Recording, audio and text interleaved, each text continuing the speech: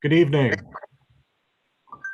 I'd like to call the June 3rd, 2021 meeting of the City of University Heights Planning Commission to order. Mrs. Thomas, will you please call the roll? Yeah, Brennan, Here.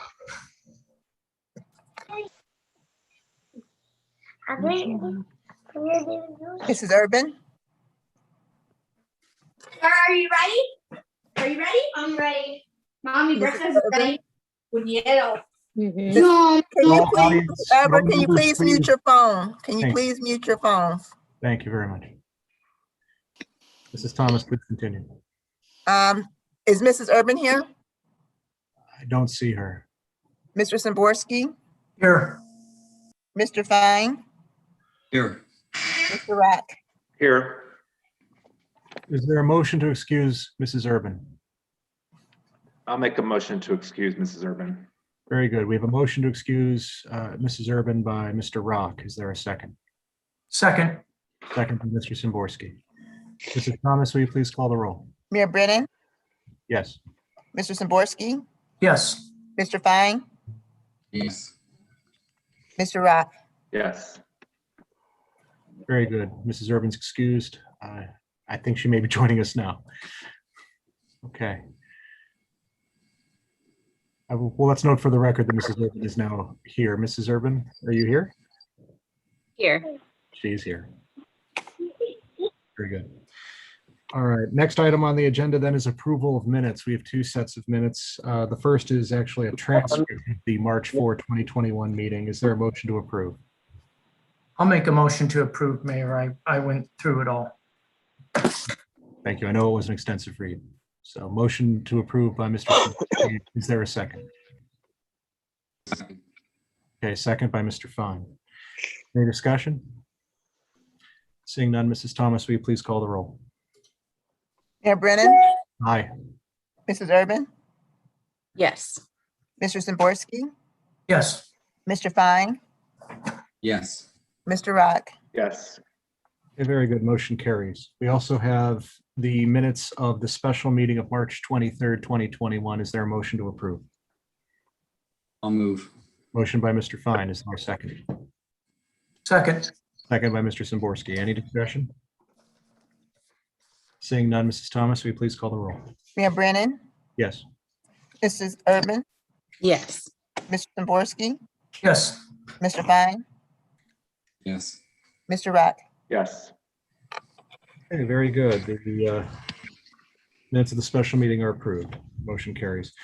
We now turn to the agenda items for recommendation to City Council. The first is item A, a lot split and consolidation of parcels for the South Taylor Place condominiums on South Taylor. I would ask all commission members to note that Mrs. Thomas has forwarded from Mr. Cheney a revised plat that updates the approvals and the legal description. But who do we have here today from the applicant to speak on behalf of this first agenda item? Michael David, B.R. Knez Construction. Very good. Mr. David, you have the floor. Good evening, everyone. Thanks for your time. This plan has been before you previously. Today, we're just asking for approval of the lot split and consolidation. It breaks up each of the individual 30 units into their own sublots, and would respectfully ask for your approval. Very good. Are there any questions for the applicant? If not, is there a motion to approve the lot split and consolidation of parcels for the South Taylor Place? Mayor, Yes. before the commission members take a vote, I just want to note the items that were raised in Mr. Cheney's memo in connection with the easements that exist on the property. Yeah. And I know Mr. David has indicated that Knez has been able to obtain the approvals of NEORSD and the other entity that has the easements. If we can have the motion conditioned on provision of documentation of those approvals, that would be prudent. Very good. Mr. Cheney, was there anything you'd care to add for the record? We do have your your memo on the agenda item. Yes, thank you, Mayor. Luke, thank you for bringing that up. We reviewed the plat, and the plat is in good shape. It meets all city and county standards. We had this discussion with Mr. David. There is a Northeast Ohio Regional Sewer District easement that several of the buildings are going to be on top of. And I know that he's had discussions with them. We needed for our records a letter in the file that says it's okay for you to build on top of their easement. The other easement that's shown on the plat is to OBT, which is Ohio Bell Telephone Company. It doesn't exist anymore. And it says that that easement is to be released. Again, there's units to be built on top of it. We just need proof that it's released at some point. And after that, we recommend approval, Mayor. Very good. Thank you, Mr. Cheney. Mayor, may I just ask a question of Joe on that? Yes, Mr. Zaborski, go ahead. Joe, it's just in regards to the Northeast Ohio Regional Sewer District, they're not building over anything. It's just in easements that's there. I believe there's a deep tunnel under there, one of those big sewer tunnels that's 90 feet deep. I believe that's the alignment of it. And, you know, again, it's their easements, so it's for them to release or to allow to build on top of it, which I assume they, you know, you've already done your due diligence, Michael David, so you know that they're going to allow it. I need something in the file. Absolutely. We do have documentation from NEORSD, and we're in the process of relocating the other easement, so I can provide both of those to the commission. Very good. Very good. So just if I may inquire again, Mr. McConville, the motion then to approve should be conditioned upon the supply of documentation by the applicant confirming the either the release or other permission with respect to the easements, correct? Correct. Very good. Okay. Well then, I would so move at this time. I'll second. Very good.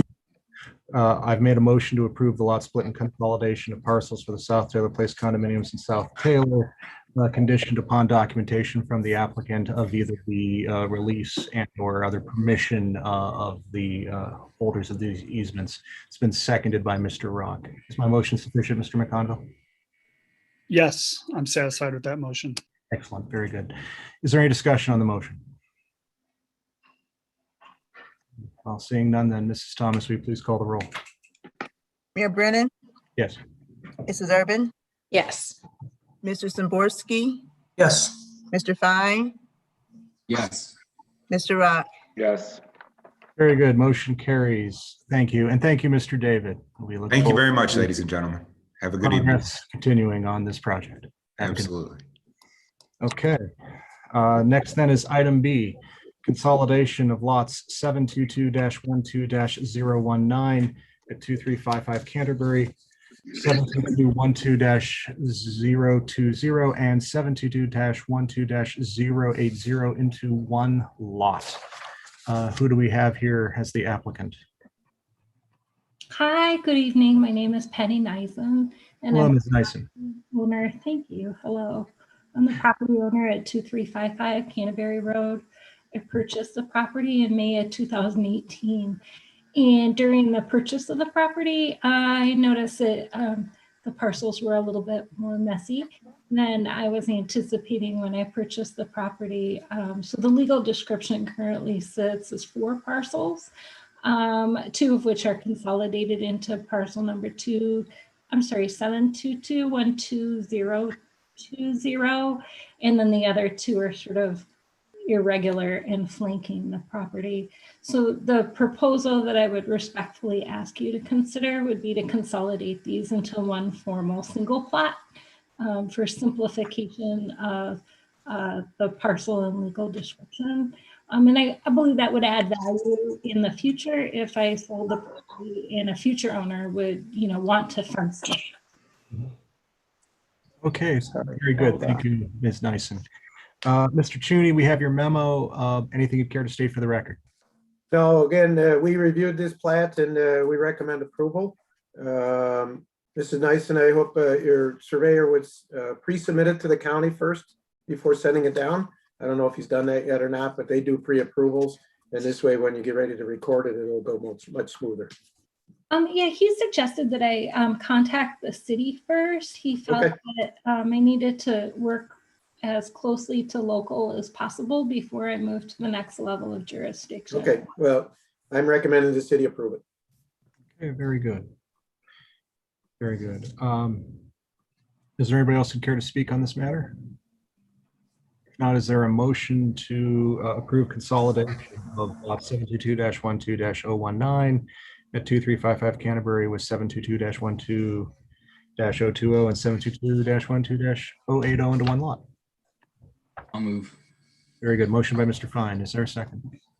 Second. Second by Mr. Simborski. Any discussion on the motion? Mrs. Thomas, will you please call the roll? Mayor Brennan, Yes. Mrs. Urban, Yes. Mr. Simborski, Yes. Mr. Fine, Yes. Mr. Rock. Yes. Very good. Motion carries. Thank you, Ms. Nyson. And have a good evening. Yeah, thank you too. I appreciate it. You're welcome. Next then is item C, Zinkron Haim New Synagogue Project on South Green Road. There are 10 subparts to the agenda item.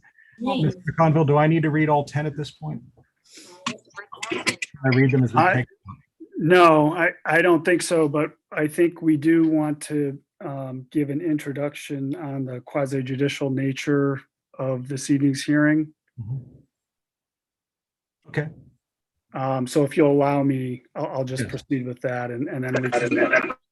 Very good, Mr. Conville. You have the floor to proceed with that. Thanks. First, I would just remind everyone and ask them, if you don't have the floor, if you could make sure that your computer or phone is on mute. We would obviously much prefer to all be in person together.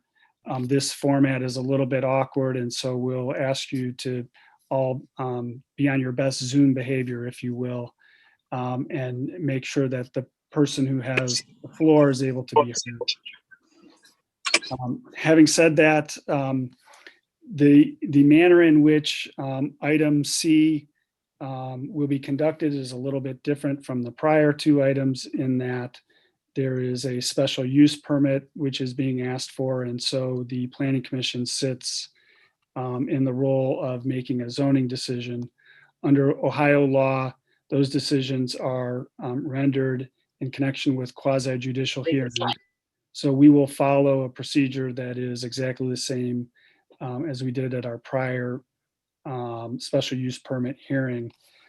Specifically, anyone who wishes to speak this evening will be sworn in. All testimony will be given under oath. We will turn the floor initially over to the applicant to make a presentation. That presentation can consist of any evidence, documents, or testimony that the applicant wishes to present.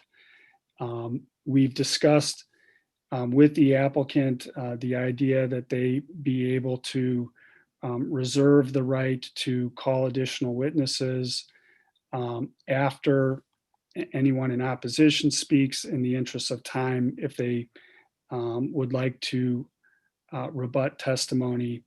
And that's only in the interest of having the presentation be concise. After the applicant makes their presentation, anyone wishing to speak in favor of the application, it will be permitted to do so. Again, anyone wishing to speak this evening will be sworn. We would ask that you confine your remarks to the application and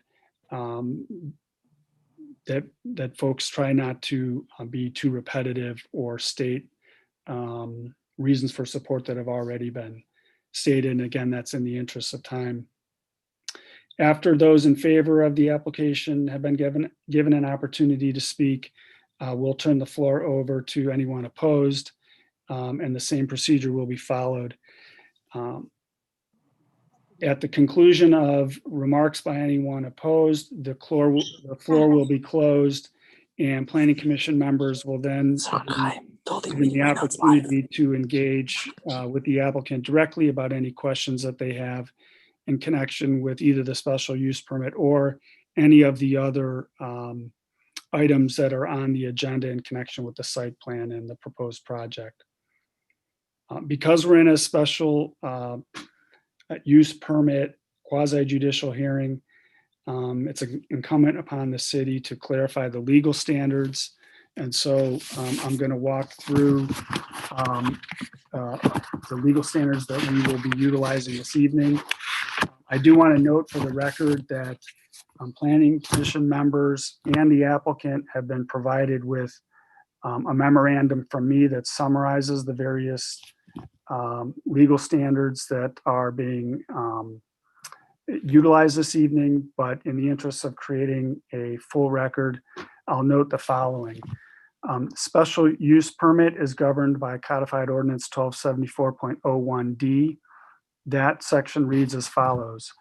A special use permit for any use described in this section shall be applied for and shall be issued on the recommendation of the Planning Commission, subject to any reasonable conditions the Planning Commission may impose uniformly in similar circumstances for any permitted location, after the applicant demonstrates to the Planning Commission by clear and convincing evidence that the provisions of this chapter will be met and that the special use will not impair surrounding property values or uses, vehicular parking and pedestrian or traffic conditions, lighting, glare at night, noise pollution to others, or other applicable criteria in the planning and zoning code, and will not be otherwise contrary to the public health, safety, and welfare.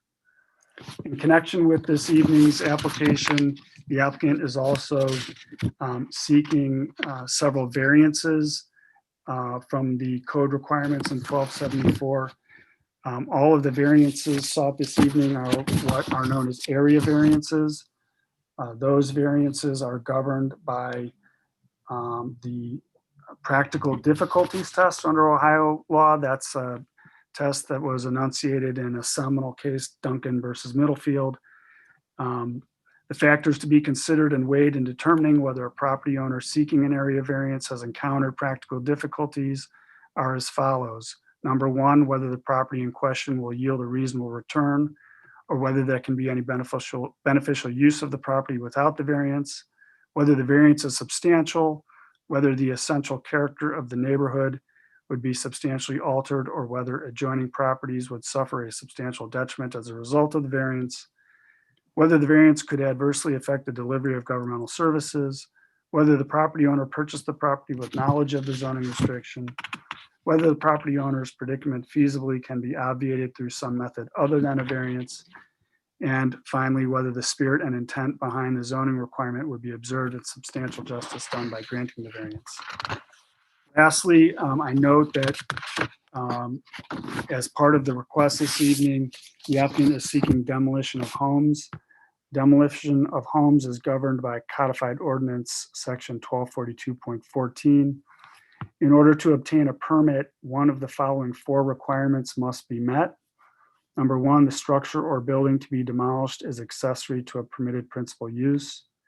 Number two, a building permit has been issued for a replacement building on the same parcel. Number three, a development plan has been approved by Planning Commission and City Council for a replacement building on the same parcel. And number four, the City Council determines that the structure or building is a safety hazard or public nuisance. For the benefit of Planning Commission members, as a practical matter, if you're inclined to approve the site plan this evening, then the requirements for obtaining a demolition permit will be met. So the approval of the site plan, granting of the special use permit, and approval of demolition all go hand in hand. It's a little bit of bootstrapping here. But, we want to be transparent about the fact that the applicant is asking for demolition of existing structures. I had indicated to the applicant in a phone call earlier today that as questions arise in connection with the various agenda items and the particular variances being required, we can go through the code sections as those issues are considered. With that, Mayor, I would turn the floor back over to you. Very good. Thank you, Mr. McConville. Who is here to present on behalf of the applicant? Hi, Mayor Brennan, Rami Berner, and I'm here with Eric Frank, the president of the board of the synagogue. Very good. Mr. Berner, Mr. Frank, you have the floor. You may proceed. Before you proceed, let me Yes. swear. Do you affirm that the testimony you will give this evening will be the truth, the whole truth, and nothing but the truth, so help you God? I affirm. Thank you. Very good. Now you may proceed. Okay, thank you. So I'm going to share my screen here. 1 minute. Okay, can you see the screen there? It's like a title page. Okay. So first, I just wanted to start by thanking the commission for considering our proposal. We appreciate everybody's time. We know the planning commission meets on demand, and we appreciate your time this evening. I want to tell you a little bit before we get into it. Again, just to reiterate, I guess what Mr. McConville was saying, we are requesting the consolidation of 6 lots on South Green Road and Summerfield, the approval of a special use permit for a house of assembly, a house of worship in particular, and site plan approval, and demolition as part of that as well. So we want to start by just telling you a little bit about our congregation. We've been in University Heights for 45 years, and for many of those years, it was we over here in the top right northeast corner of the city, we've had a somewhat of a makeshift synagogue over there with limited parking. It's been a struggle, and over the years as we've grown, we've actually we've been renting on Saturdays when we have all of our congregants come for a single service as opposed to multiple services in the Yavna High School auditorium. And as you can imagine, being a congregation without a real home is really difficult.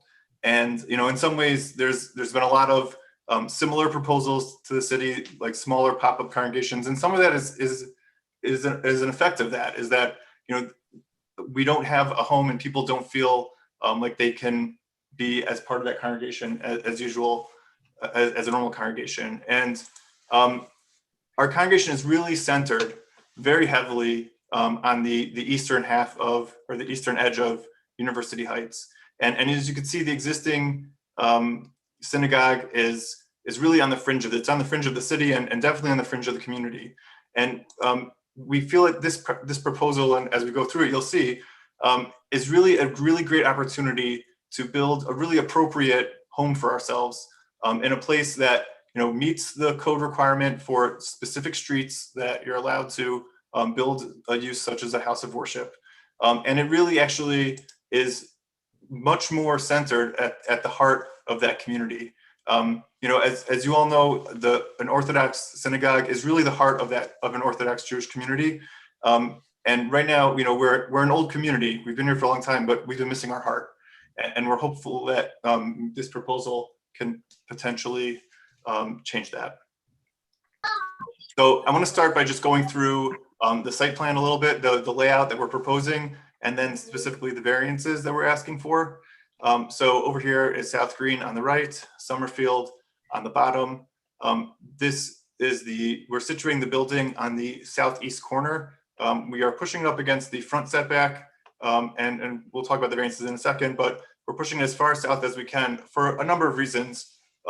But primarily, we really want to be good neighbors, and we're trying as much as possible to move the building and the impact as far away from our neighbors as possible. And that's really what drives so much of the site plan layout. You enter from Summerfield. Specifically, we looked at that, and we'll talk a little bit about the traffic flow later, but in order to minimize stacking on Summerfield. And then there's an entrance and exit on Green Road with looping for emergency vehicles and things of that nature to really make it a safe and responsible site. So looking at those variances, so the first variance that we're asking for is the minimum lot area. The code requires 3 acres, and we are proposing 1.301 acres. The second variance we're asking for is the minimum green space. The code requires 50% of the lot be open space, and right now we have 45% of open green space. The rear yard setback is on the west side here. In order, again, to get that flow through the site and to get everything working out properly, we are encroaching on the setback of the rear yard. It's a 30-foot required setback, and we have 15 feet over here and 12 feet over here. We've tried, again, there is an existing fence and heavy shrubs along, or heavy foliage along this edge of the site, and then towards the southern half of the west.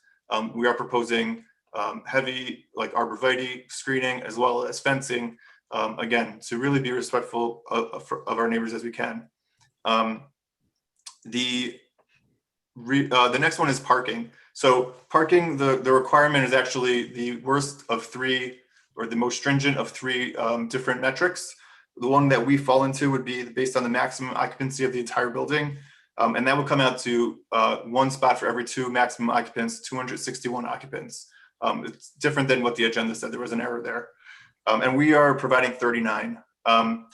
Again, I'm going to get into a little bit about the traffic study that was completed and why 39 is where we think we need to be. But one thing to note is that from our pre-administrative reviews, we understood, or we felt we understood, that the priority of the city would be to maximize green space. And so once we arrived at what we thought was the amount of parking that we think is comfortable for our needs, we wanted to give the rest to green space. But there is definitely room on site to increase parking and then require a larger variance for green space. So if the commission feels that that should shift, we would be happy to do that. Sorry, and then the second to last one is minimum side yard setback. So we, again, on the side yard, that's this Summerfield setback. We matched, you could just barely see it through here. We matched the existing structure.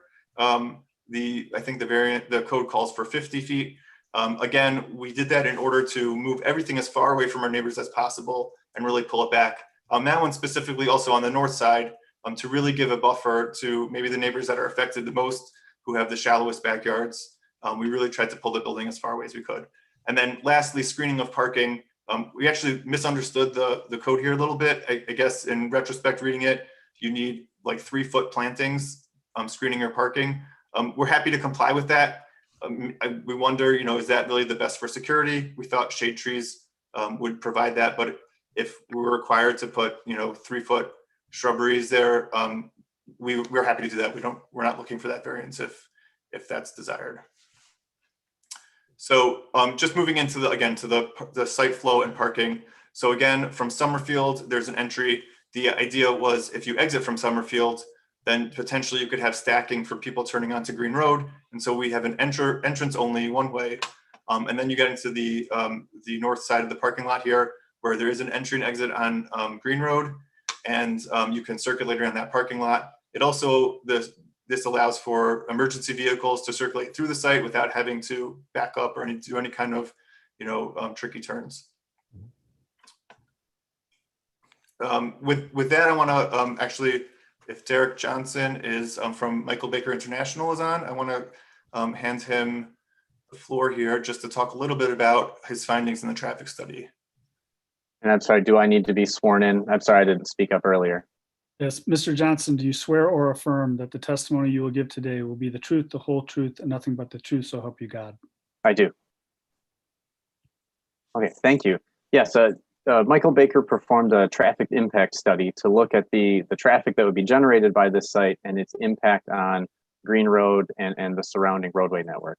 I do have quite a few things. I'll be brief, but I do want to just provide some details so you understand how we arrived at our conclusions.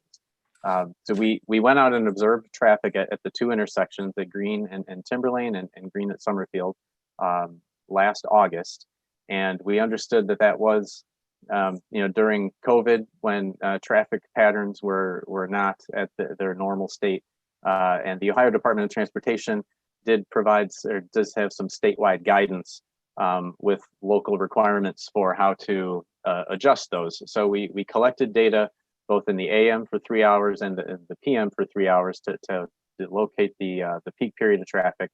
And we applied the COVID adjustment, which relied on some traffic counts from the previous October, so 2019. So a time when school is in session and pre-COVID, so traffic conditions were more of a normal condition.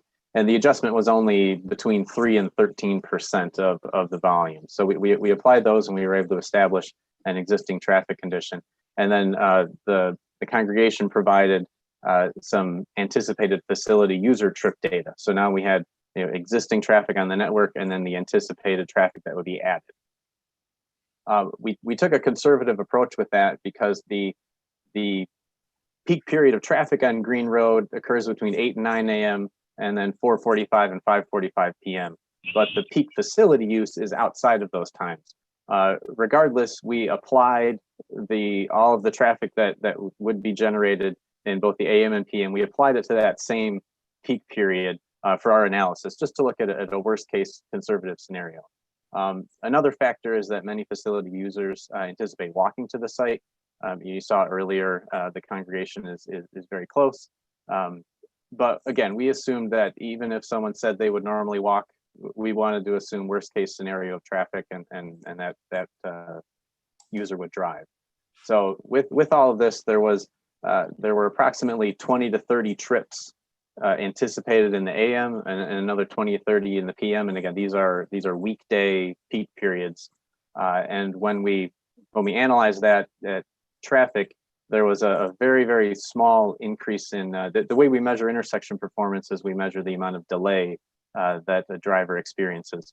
And then from that delay number of seconds per vehicle, you apply a letter grade from A to F. So we can all understand A is good, F is poor.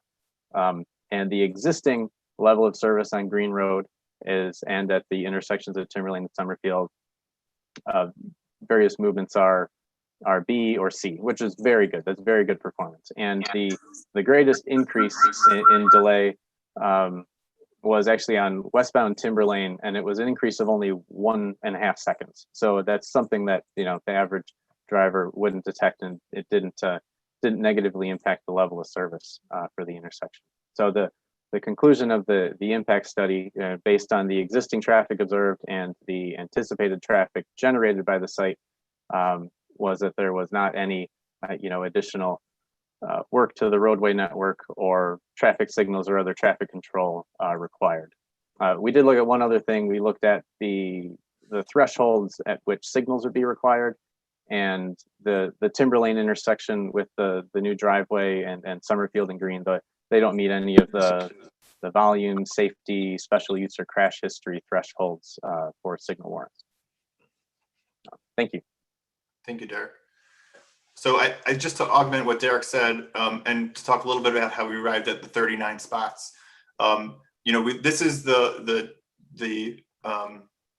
this is a table showing the daily trips of congregants that typically come during the week. And just again to explain, for those who don't know how it works, and during the week there are multiple services for morning and evening, but on Saturday there's only one, and that's why on Saturday there's a much larger volume. Saturday we don't walk. During the week, Saturday we walk, we don't drive. During the week we do drive.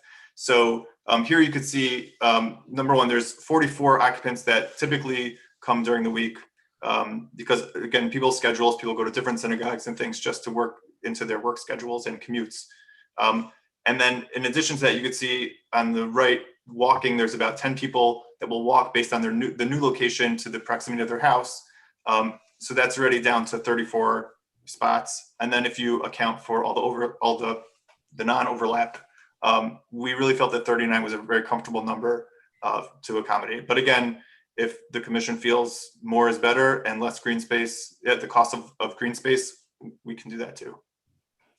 And then just to look at that walking distance. So in addition to just in general, that Saturdays is kind of a unique condition where we have a lot of occupants, but it doesn't really have an effect on traffic.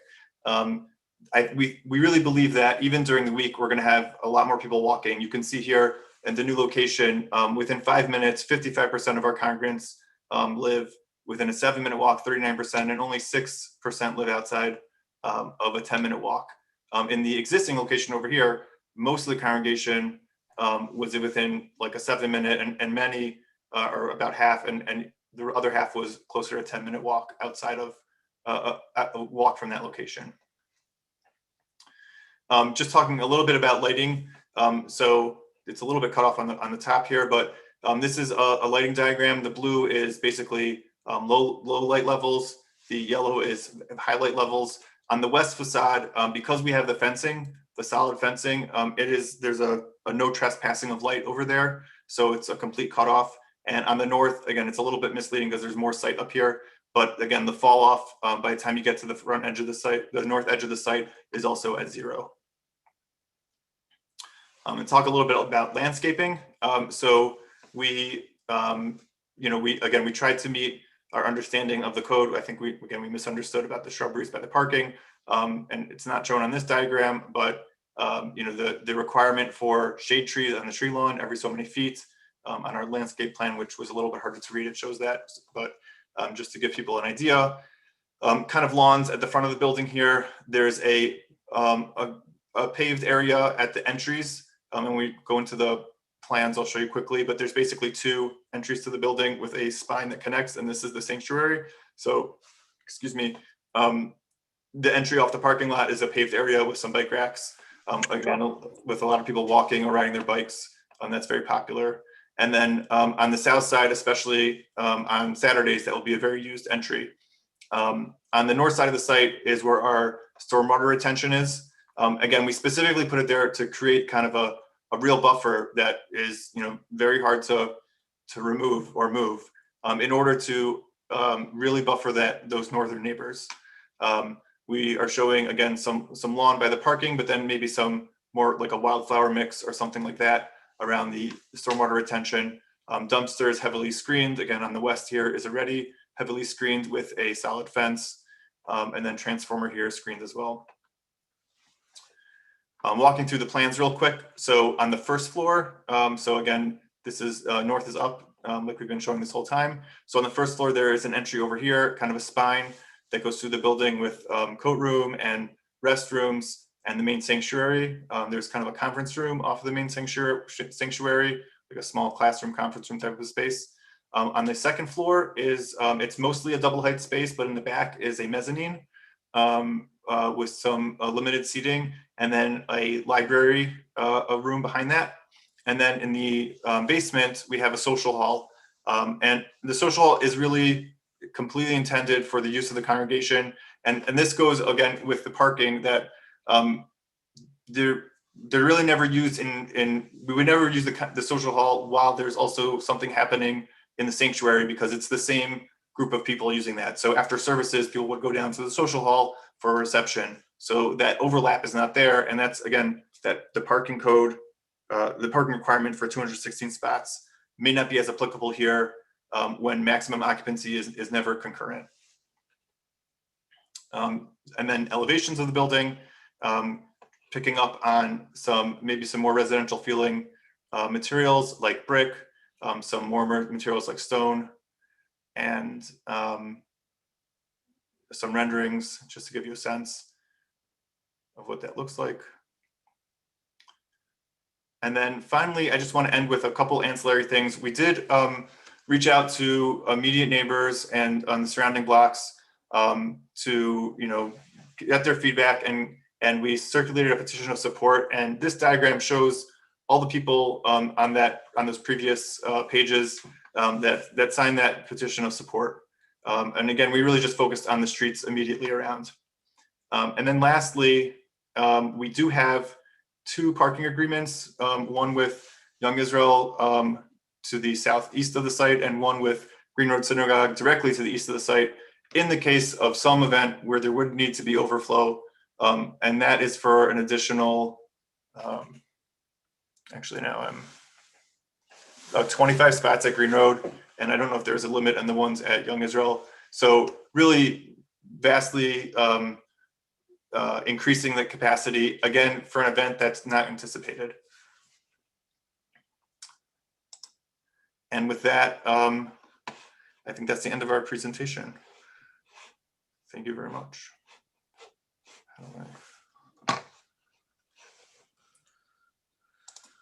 Very good. Thank you. Okay. You said it's the end of your presentation. Do you have anybody else that you wanted to present?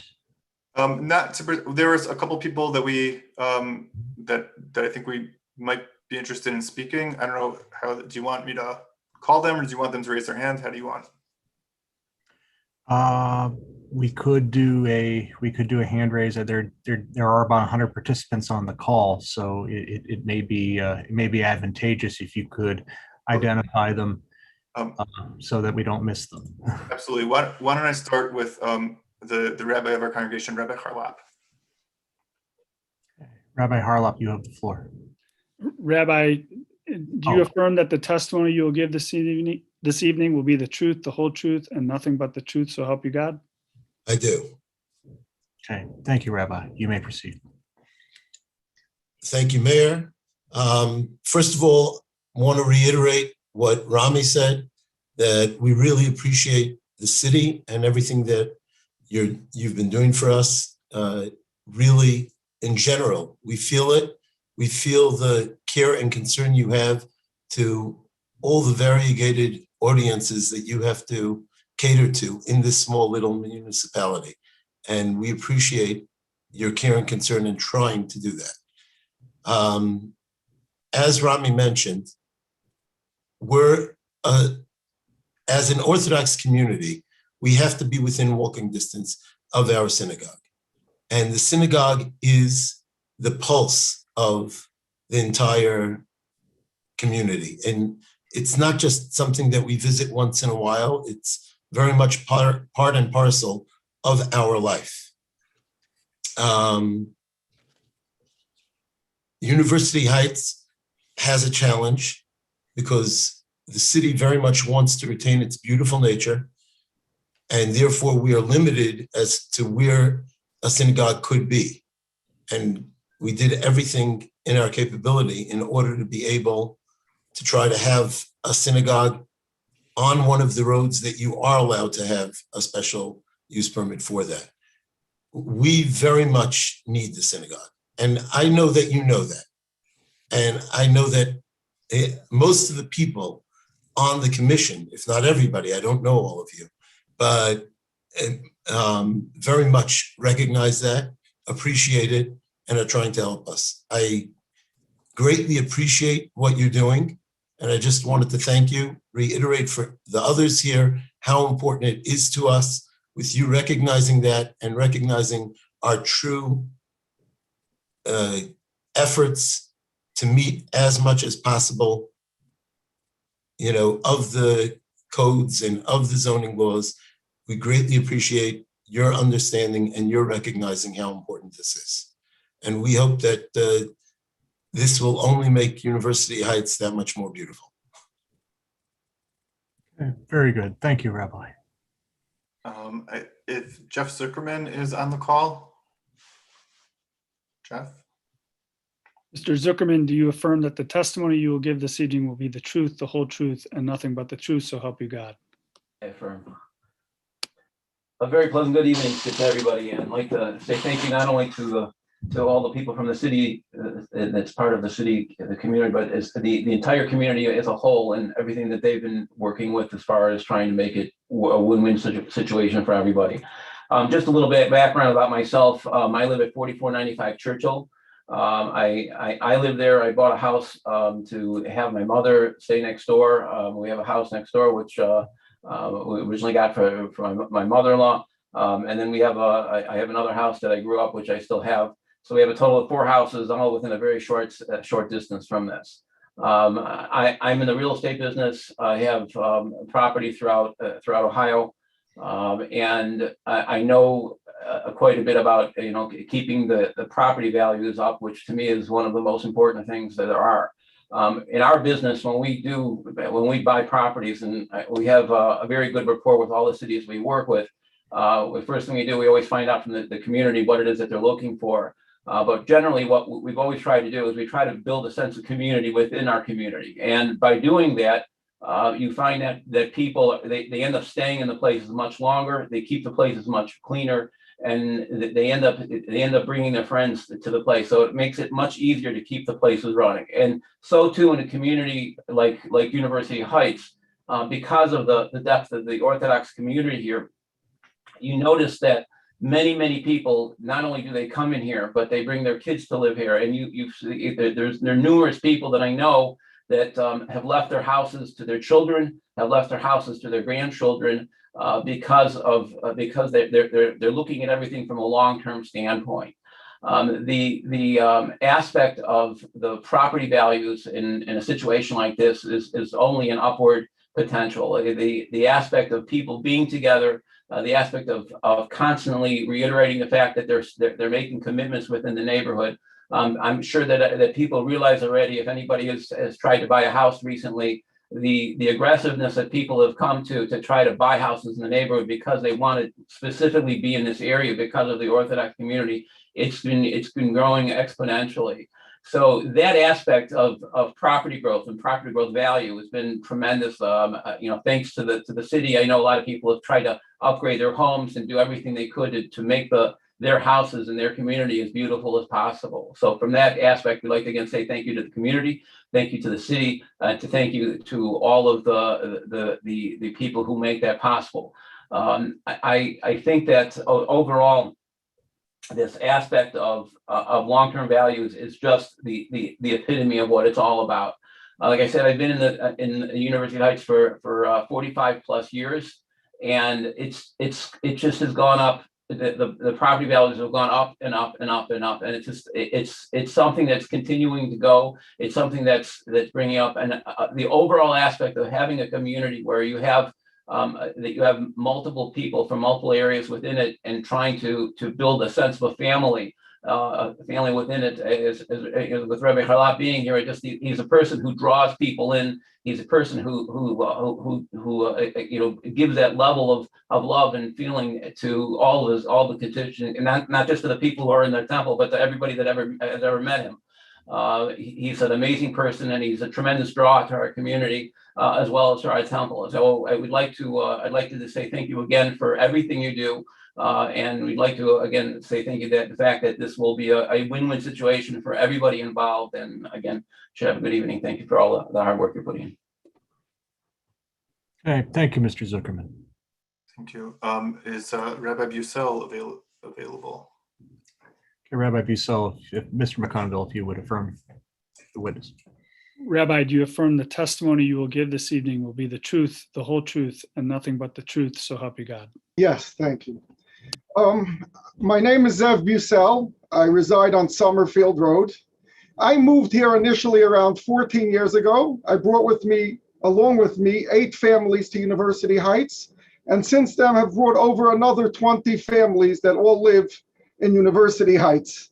I have watched over the last 14 years how the city has grown and flourished, and echoing what everyone has said before me, we appreciate the work that the city and the council and everyone else puts in to make this happen. When I came here 14 years ago, there was a lot of talk about finding a place to build our synagogue. And if someone would have told me then that it would take 14 years to get it done, I wouldn't have believed it. Now, just to reiterate what Rabbi Charlap mentioned previously, a synagogue is the pulse of the Jewish Orthodox community. And when Rami mentioned earlier that we rent space in an auditorium or sometimes a gym from the girls' high school, it's not only involving what it takes to assemble and disassemble every week for the services, but when you're in a gym or you're in an auditorium that wasn't customized to be a synagogue, to be a sanctuary, it does not feel like you're part of a synagogue, and it's something that sometimes people do in a temporary situation. The opportunity for us that we would be able to have a synagogue that's built as a synagogue with a proper sanctuary, with a proper library, with a proper classrooms, with a proper social hall that will be able to service the members of the community is an unbelievable thing. And as someone that recruits people into University Heights, I could tell you that a synagogue is a very, very important draw. It's what gets people coming here. It's what keeps people staying here, is that they have a place to be. And we've waited a long time till over the years, so many different plans came up. Once in a while, perhaps this property is available, that property is available. And of course, trying to be sensitive to find a property that will actually be big enough and have enough parking and be able to service our growing community was the real reason why it took 14 years until they were able to locate and put together a string of 6 parcels for this project. And again, I appreciate everything you're doing, but we really ask from our heart if we could, as expeditiously as possible, try to get this project moving. It's something that's very important and very beneficial. A lot of times, zoning variances are asked for something that's very important, but it doesn't necessarily service the immediate public around it. Here, as they showed on all the diagrams earlier, we live in University Heights. We live around where the proposed synagogue. I live right across the street, and I'm more than happy and I'm thrilled if that will be the chosen location, that it will be in close walking distance. And again, I want to thank you. We appreciate what you're doing, and we just ask if as expeditiously as possible in a sensible and safe manner, we could actually get this done. Thank you. Okay, thank you, Rabbi Bucel. Mr. Bernard, did you have anybody else you wanted to present at this time? I think that's it for the evening. Okay, and I do understand, Mr. McConville noted, and I will also note for the record that you have reserved the right to bring others in rebuttal if necessary at a later time in this proceeding. Thank you. So I do want to make sure that's stated for the record and understood. Okay, before I open it up to other members of the community, I would like to hear from Mr. Chuney, as well as other representatives of the city, but especially Mr. Chuney. I know that you've prepared a memo that with regard to some of the items, some of which I think were addressed in Mr. Bernard's presentation, but Mr. Chuney, you nevertheless have the floor. Thank you, Mayor. Just going over the items that they submitted on.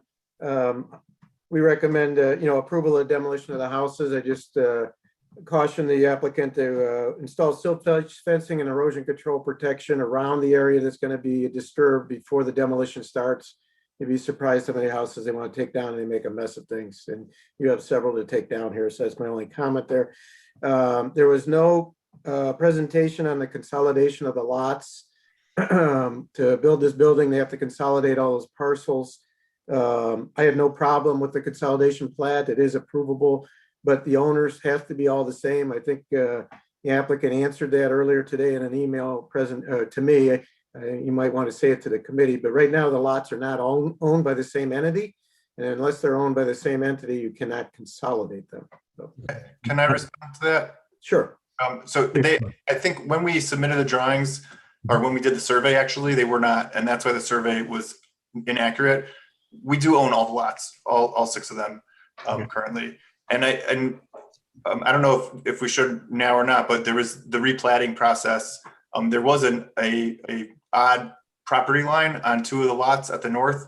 And so through this process, we are giving that back to the right of way, and we're happy to do so in order to clean up that plot line, that property line. Very good. Thank you.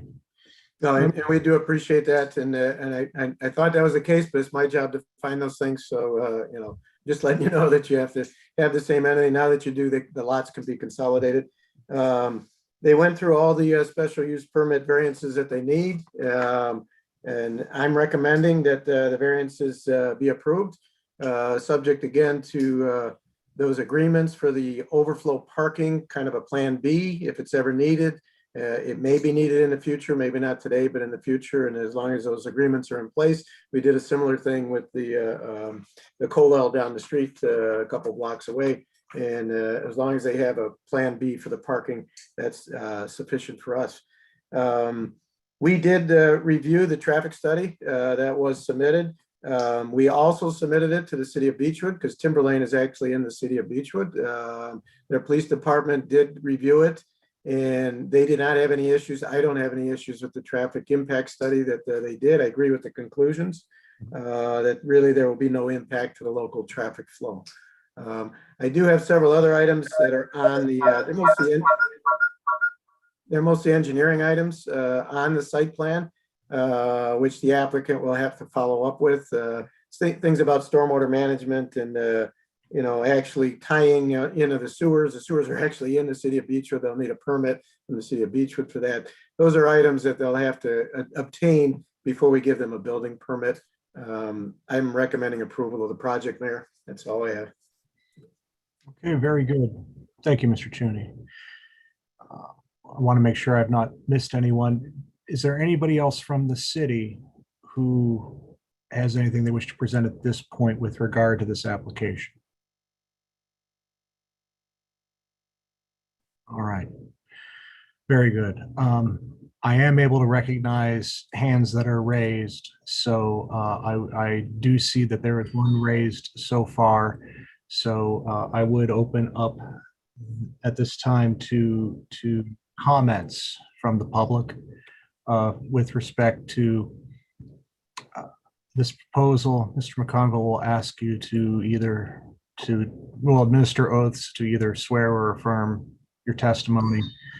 And then you are subject, I believe, to cross-examination, as this is a quasi-judicial proceeding. So if Mr. Berner has anything he wishes to ask of you, he will have an opportunity then to do that. Did I state that correctly, Mr. McConville?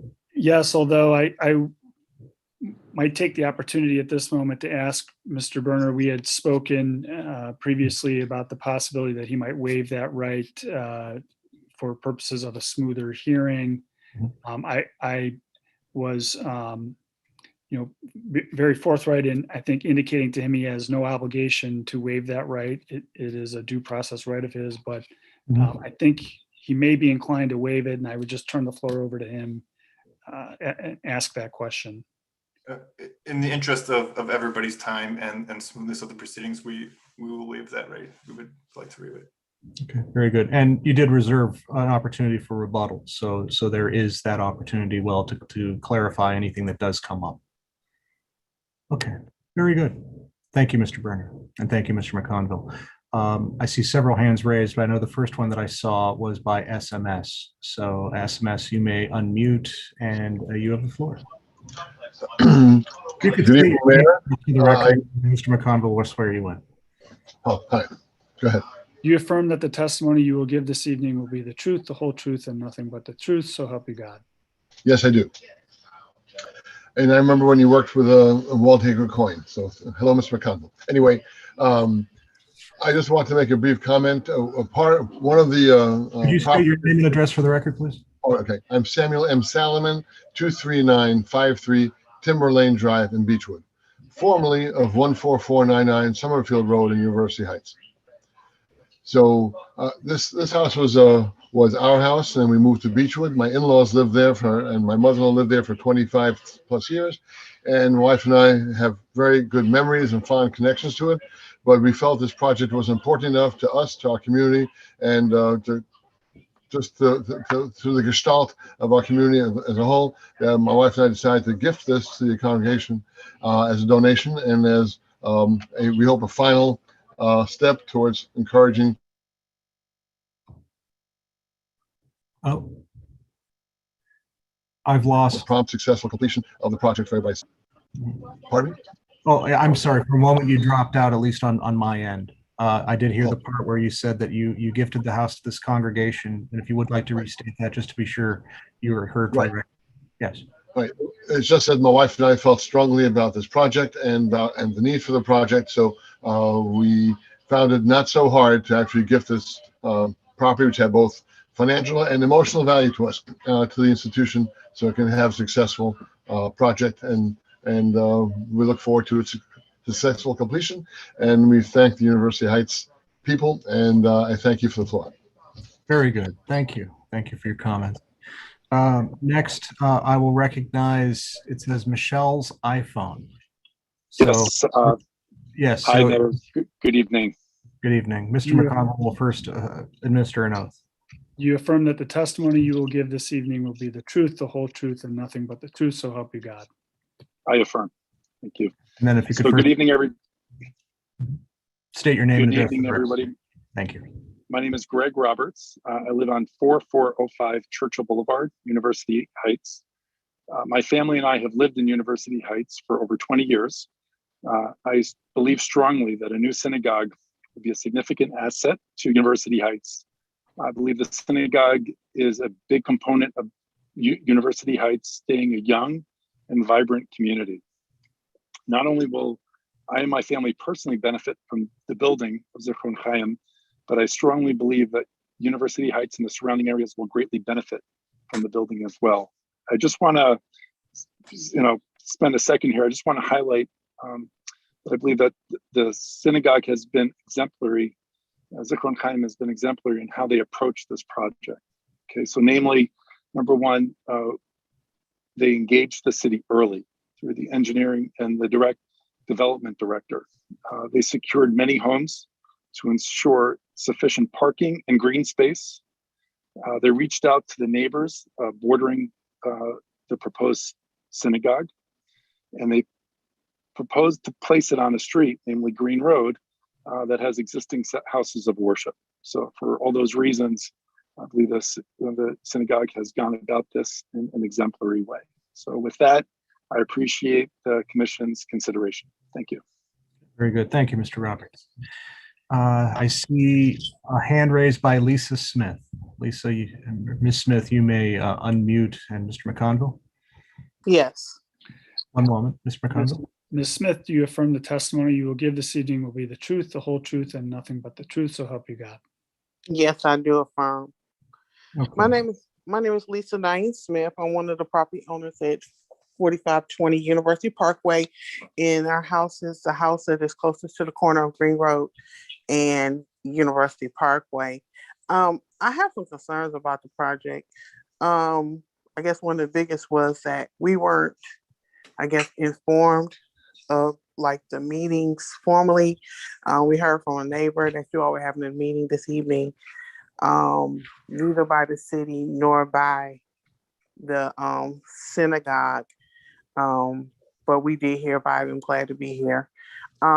There's a couple concerns about our safety because we are directly behind the synagogue. We were just given the rendering of what the synagogue would look like on yesterday. They did come to our home and explain that to us.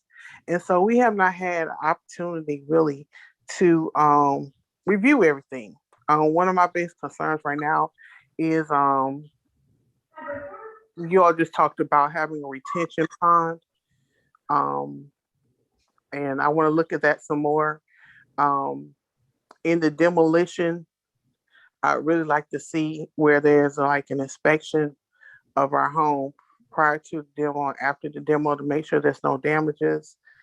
And we need to have an independent realtor actually assess the value of our home at this time. Because even though, it seems like our home would increase in value because of our closeness to the synagogue, I need to verify that. We did not sign the petition because we were just asked yesterday to sign the petition. And so based upon those concerns, I'm having to oppose the project at this time. I like the idea of the synagogue being there for the convenience of people that live in the neighborhood, but for our safety and the value of our home at this time, due to those reasons, I would have to oppose. Okay, thank you, Ms. Smith. I see the next hand up would be Myra. If you would like to unmute, Mr. McConville. You affirm that the testimony you will give this evening will be the truth, the whole truth, and nothing but the truth, so help you God. Yes. My name is Yuri Babayev. I'm currently living at 2420 South Green Road, which is one of the homes that's in discussion for consolidation and demolition. We've been renting that home for 6 years, and we were notified of the new owner about 3 weeks ago, and they are giving us a timeline of July being the last month for the home to be available for rent, and possibly August. We did mention that the real estate market is really, really aggressive right now, and we're finding a very hard time finding a home for us. We're a family of 5. And our immediate neighbor at 2424 South Green Road, of family of 7. Oh dear, did we lose the speaker? All right. Hopefully they'll dial back in. I do see some other hands raised. We could always go back to Yuri. I didn't quite catch his last name, but I see Deborah Leibovitz has her hand raised. You may unmute.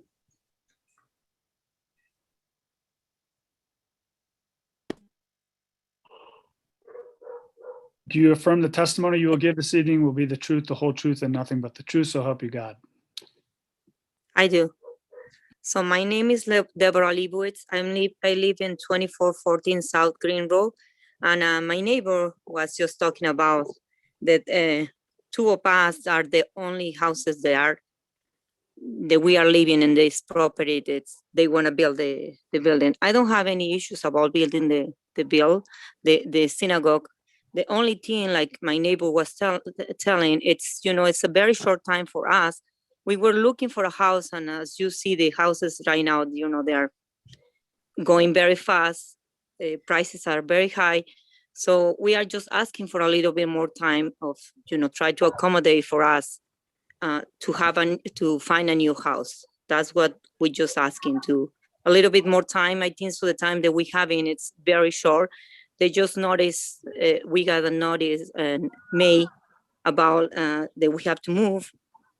So, and they told us that by August, the most we have to move. So it's a very short time. We're just asking for time. I'm very happy that they want to build the synagogue. Just consider us as tenants. Okay, very good. Thank you. Thank you, Mrs. Leibowitz. I see another hand up by Roger Kosich. You may unmute, sir. Yes, sir. And Mr. McConville? You affirm the testimony you will give this evening will be the truth, the whole truth, and nothing but the truth, so help you God. I do. I want to thank you, city, for allowing me to make a statement here. I do appreciate the time. Would you state your name and address for the record? Yes, my name is Roger Kozich. I'm at 2533 South Green Road, Beechwood, Ohio. But I lived in University Heights most of my life growing up. My parents owned 2 homes on Warrensville Center Road and University Parkway before they moved to Florida. So I'm very familiar with the city. But my comment is this. I'm sure some people have concerns, as they should. But I believe, like some other people have said, the project is going to be an extreme beneficial and enhancement to the city. And the reason I'm saying this is because I've been here all my life, and I've seen the growth of this city, as well as the Orthodox community and what it's attributed to the city. There's a lot more families, should the shul get approved, will be forthcoming because of this project, which will enhance property values as well as tax base, because people that are going to move here are going to have bigger families, and they're going to have to add additions to their houses, which will obviously make the property value much richer, and as well as the tax base. So I do thank you very much for allowing me to make that statement, and I hope we can move the project, as Rabbi Bussell had mentioned before, on a, I guess, rapid pace, if we can make that statement. But thank you very much for allowing me to make a statement. Very good. Thank you. I see a hand up by Benjamin Chaffetz. Mr. McConville? You affirm the testimony you will give this evening will be the truth, the whole truth, and nothing but the truth, so help you God. Yes. I don't think we can hear you.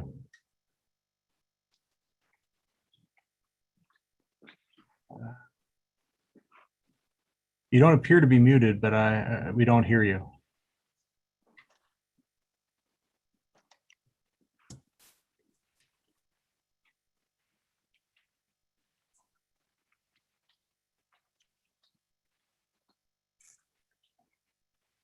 Yeah, we don't hear you, sir. Sorry.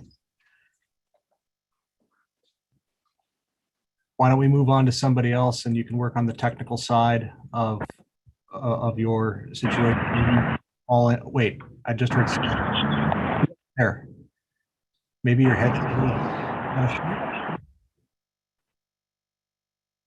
yeah. Perhaps you could phone in. We do have some other people with their hands up. Perhaps you could phone in and then we could come back to you. All right. We do have a hand up by, I see that Yuri is back. Yuri, you're still under oath. I'll give the floor back to you so that you can pick up where you left off. Hi, I'm sorry for losing connection. And I think my neighbor did take over there. So yeah, since the notification, we've been trying to find a place to move. And right now, we don't have anything. And I'm not sure if August is the true timeline that we would. And just with the way the market is, there's a lot of pressure with the timeline. I am also very happy to be here. If I find a house tomorrow, I'm happy to go. But it may not be possible, and we just want that to be considered. You know, I'm a physician. I am a high earner. I think my tax base for the income side the last 6 years have been $50,000 for RETA. So I just want the proper consideration given our situation.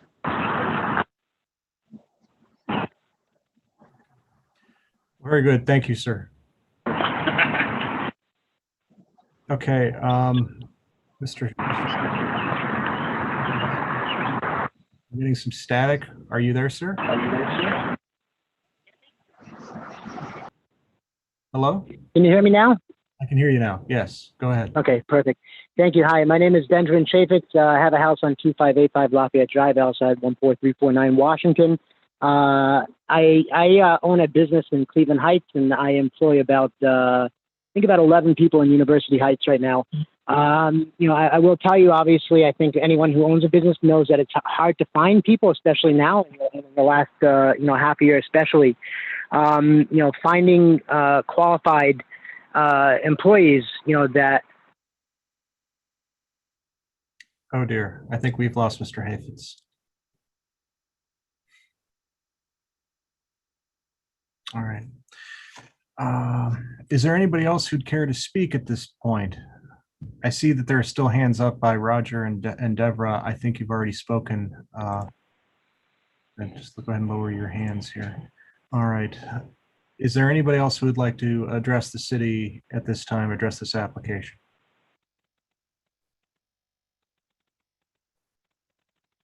Okay. All right. Perhaps if Mr. Chaffetz is back on, we can indulge coming back to him.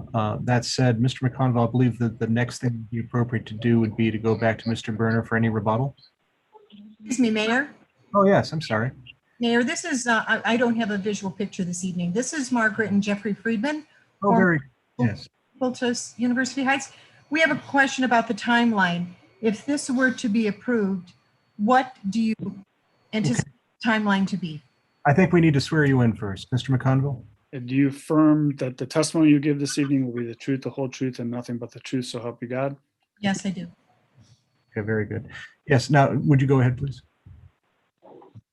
Who can speak to the timeline of this project? Mayor,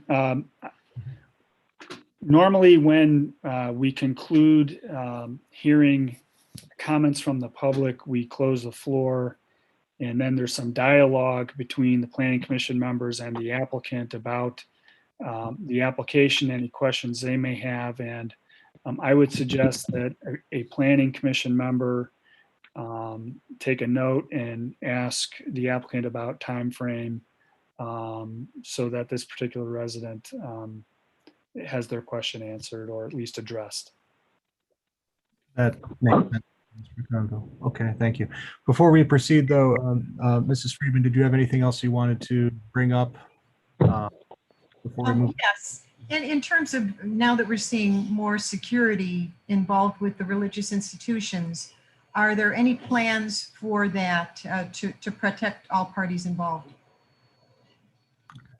I suspect that's another question that can be brought up by a commission member, as Mr. McConville has suggested with the other question.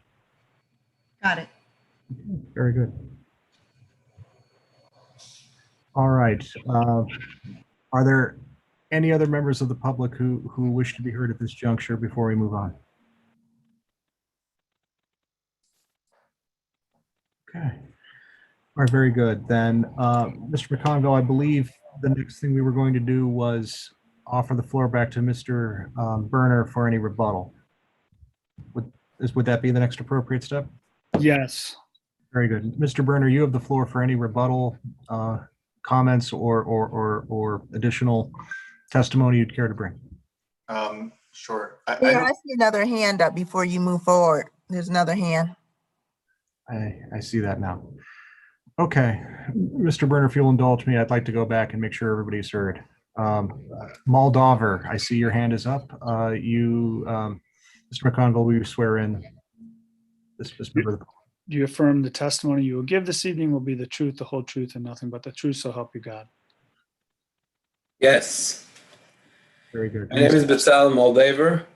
I live on 4510 University Parkway. It's pretty close to where the synagogue hopefully will be. I'm not a synagogue member. We actually lived in University Heights for 7 years, and then we moved out to New Jersey. We were out for about 11 years. We always missed University Heights. We loved it here when we lived here. And now being back for about a year, we're really enjoying the beauty of University Heights. We take walks every night, and specifically on Green Road, and we enjoy the scenery on the Beechwood side of Green Road. The synagogues with all the greenery and the trees, it's really, really nice. And we would love to see that on the other side, on our side of University Heights. We hope this process really works out well for everyone. Okay, very good. Thank you, Mr. Moldaver.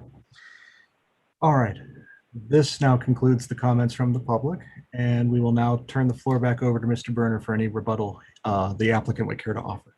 Mr. Berner, you have the floor. Thank you. I don't think I have anything specifically to say from a rebuttal standpoint. There was one point that I neglected to say earlier. Initially, we had 5 lots, and in our pre-administrative reviews, we had a very clear impression that we really should try to, we had approached the 6th lot and they were not interested. And we felt that it would really be in the best interest of the project to really extend ourselves monetarily so that they could become interested. And we did that. And in order to, again, give us more room on the lot for parking, for the building, for green space, and to create that buffer with the neighbors. It was specifically the most northern lot in order to create a buffer for the Smith's lot and the Moldavers lot. So just that last piece of yes, information. Yes, and as being part of the pre-administrative review process, I recall that as well and can confirm that is what happened. Very good. Thank you, Mr. Berner. All right. Mr. McConville, do we ask the applicant to admit, because it's quasi-judicial, anything any exhibits that they want to have as part of the record, or we just go with the things that have been filed and they're going to be part of the record? Yeah, I think we just need to note for the record that the applicant has submitted its application along with various materials that Mr. Berner referenced during his presentation, including signed statements of various parties in support of the project, parking agreements, a traffic study, and of course the site plan and the elevations that Mr. Berner shared with us earlier in his presentation. I think that's sufficient. There was also a signed petition in support. If we don't actually have a copy of that, we should have one for the record. I believe that's right. I did submit that to Ms. Thomas earlier. Okay. So Very I good. believe you have everything that was in the presentation. I believe the city has copies of. Okay, if Mrs. Thomas has it, then we have it. Very good, thank you. All right, well then I would open up to the Planning Commission members for deliberation and for any questions that they may have of the applicant or the officials with respect to this application. So our commission members are just for, I know there's 100, there were 100, there's now 89 people on the call. So just for everybody's edification, the commission members are Paul Samborski, April Urban, Michael Fine, Councilman John Rock, and myself. Mayor, I just wanted to compliment Rami and the congregation on the thoroughness of this presentation. It's Rami, if you're not an architect, I'll make you an architect for the day. I think there's just minor things. It's not my approval, not my position, but I think you've got some things on your drawings, elevations, maybe mislabeled. Look at your door swings, and I think you've got some concrete aprons on Green Road that you'll need to take out. But anyway, I have no questions or concerns. I thank you for the thoroughness of all of this, your whole congregation. Yeah. Very good. Thank you, Mr. Zimborski. Mr. Fine. I have a few questions. First, if could in the plat in the slide that you showed, there was a rectangle, and that area was said to be the for Retention. Water retention. Water retention. Could you talk a little bit about that and just explain that a little bit more and how that impacts the properties that are abutting it? Sure. Can I share my screen? And I believe our civil consultant from Thorson Baker, David Myers, is on as well. And I actually would ask him to speak to it, but I'm going to share my screen if that's okay. Let's proceed. Yes. 1 second.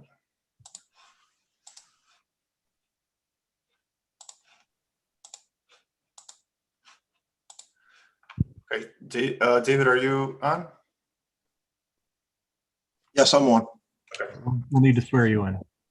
Mr. Myers, do you affirm that the testimony you will give this evening will be the truth, the whole truth, and nothing but the truth, so help you God? Do. Very good. Thank you. You may identify yourself and then proceed.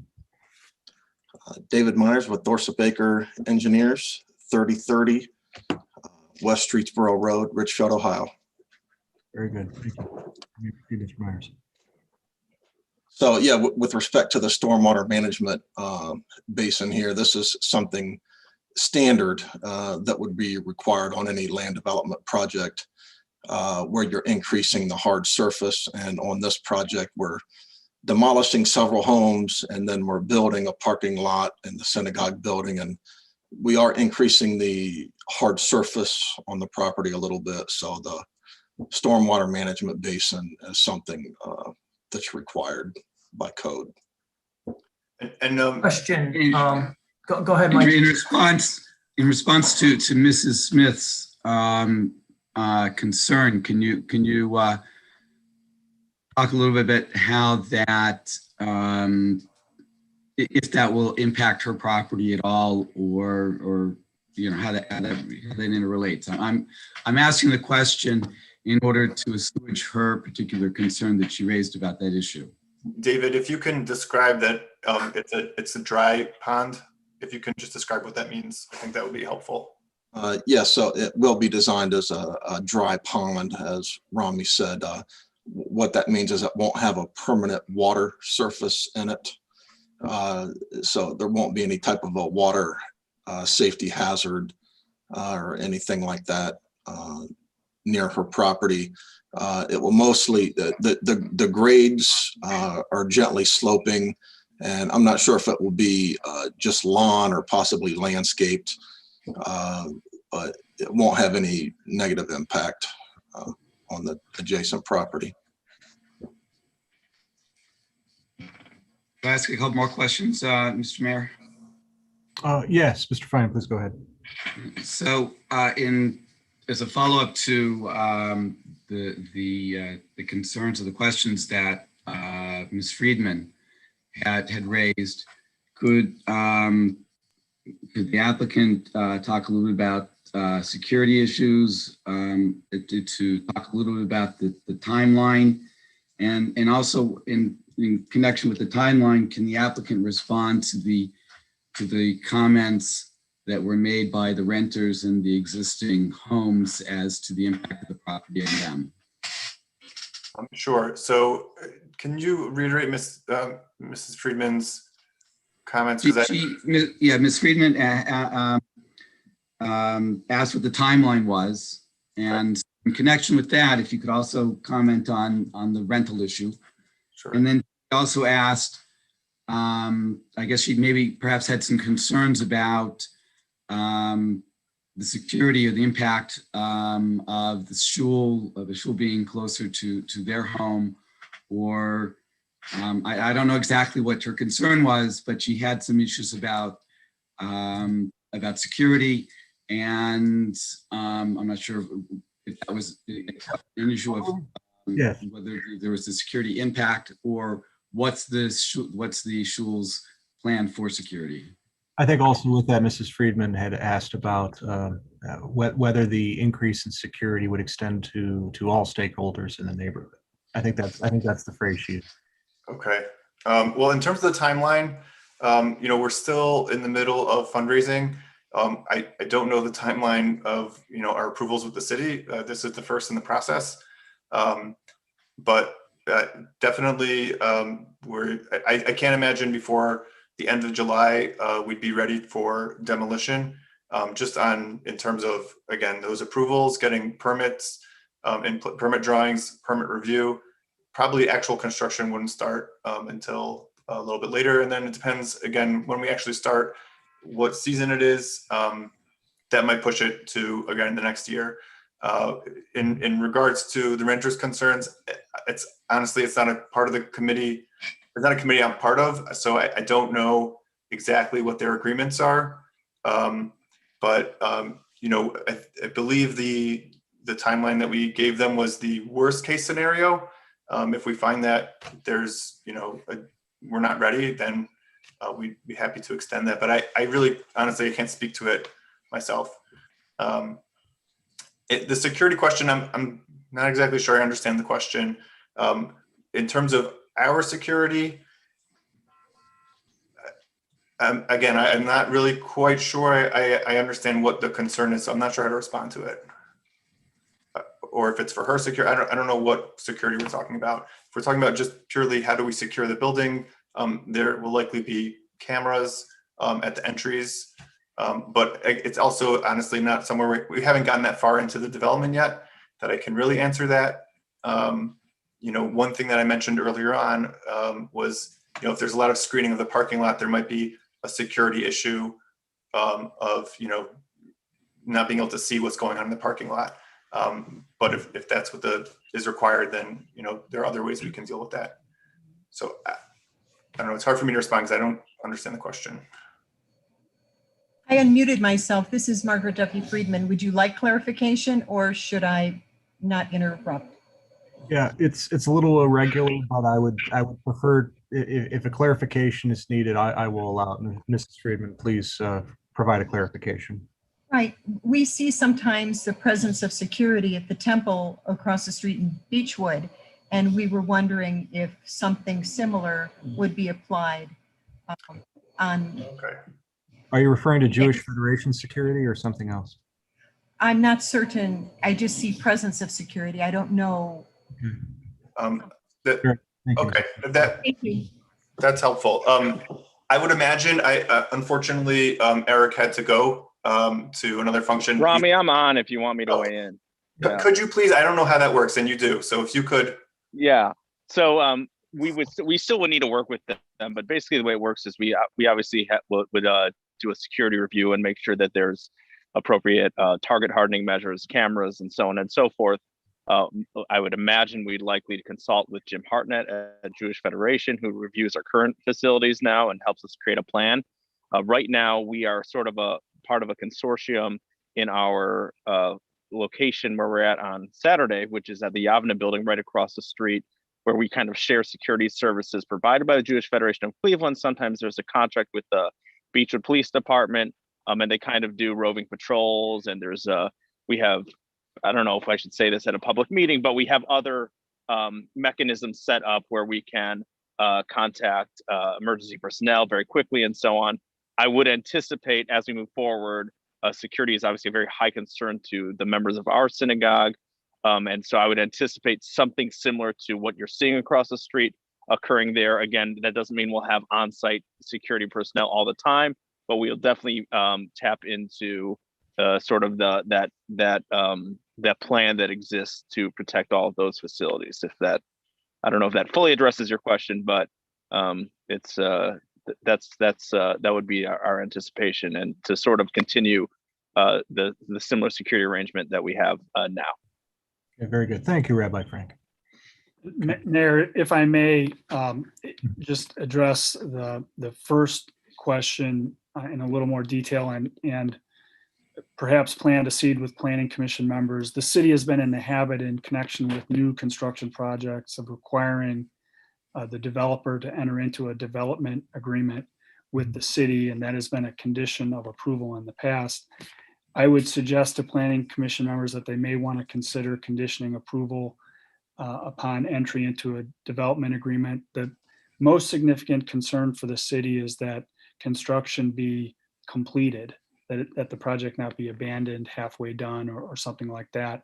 And we typically try to establish timeframes in that development agreement for construction to occur. We also have required in the past that developers conduct pre-construction meetings with neighboring property owners so that their construction team can give those property owners an idea of what to expect, both for purposes of the demolition and then the construction activities that will occur on site. And so we would typically try to address those concerns administratively in that kind of agreement. Okay, thank you, Mr. McConville. All right, Mr. Frank, or sorry, Mr. Fine, I believe you have some more questions. Yeah, I have two more questions, if I may. One, from the site plan, it looks that the parking lot, the entry and there's ingress and egress onto Green Road opposite Timber Lane. And I know that the traffic study said that there wasn't going to be enough impact on traffic to require a light. And I, for one, who lives right in that area, do not want to see another full traffic light on Green Road. But has anyone given consideration to possibly having a flashing yellow light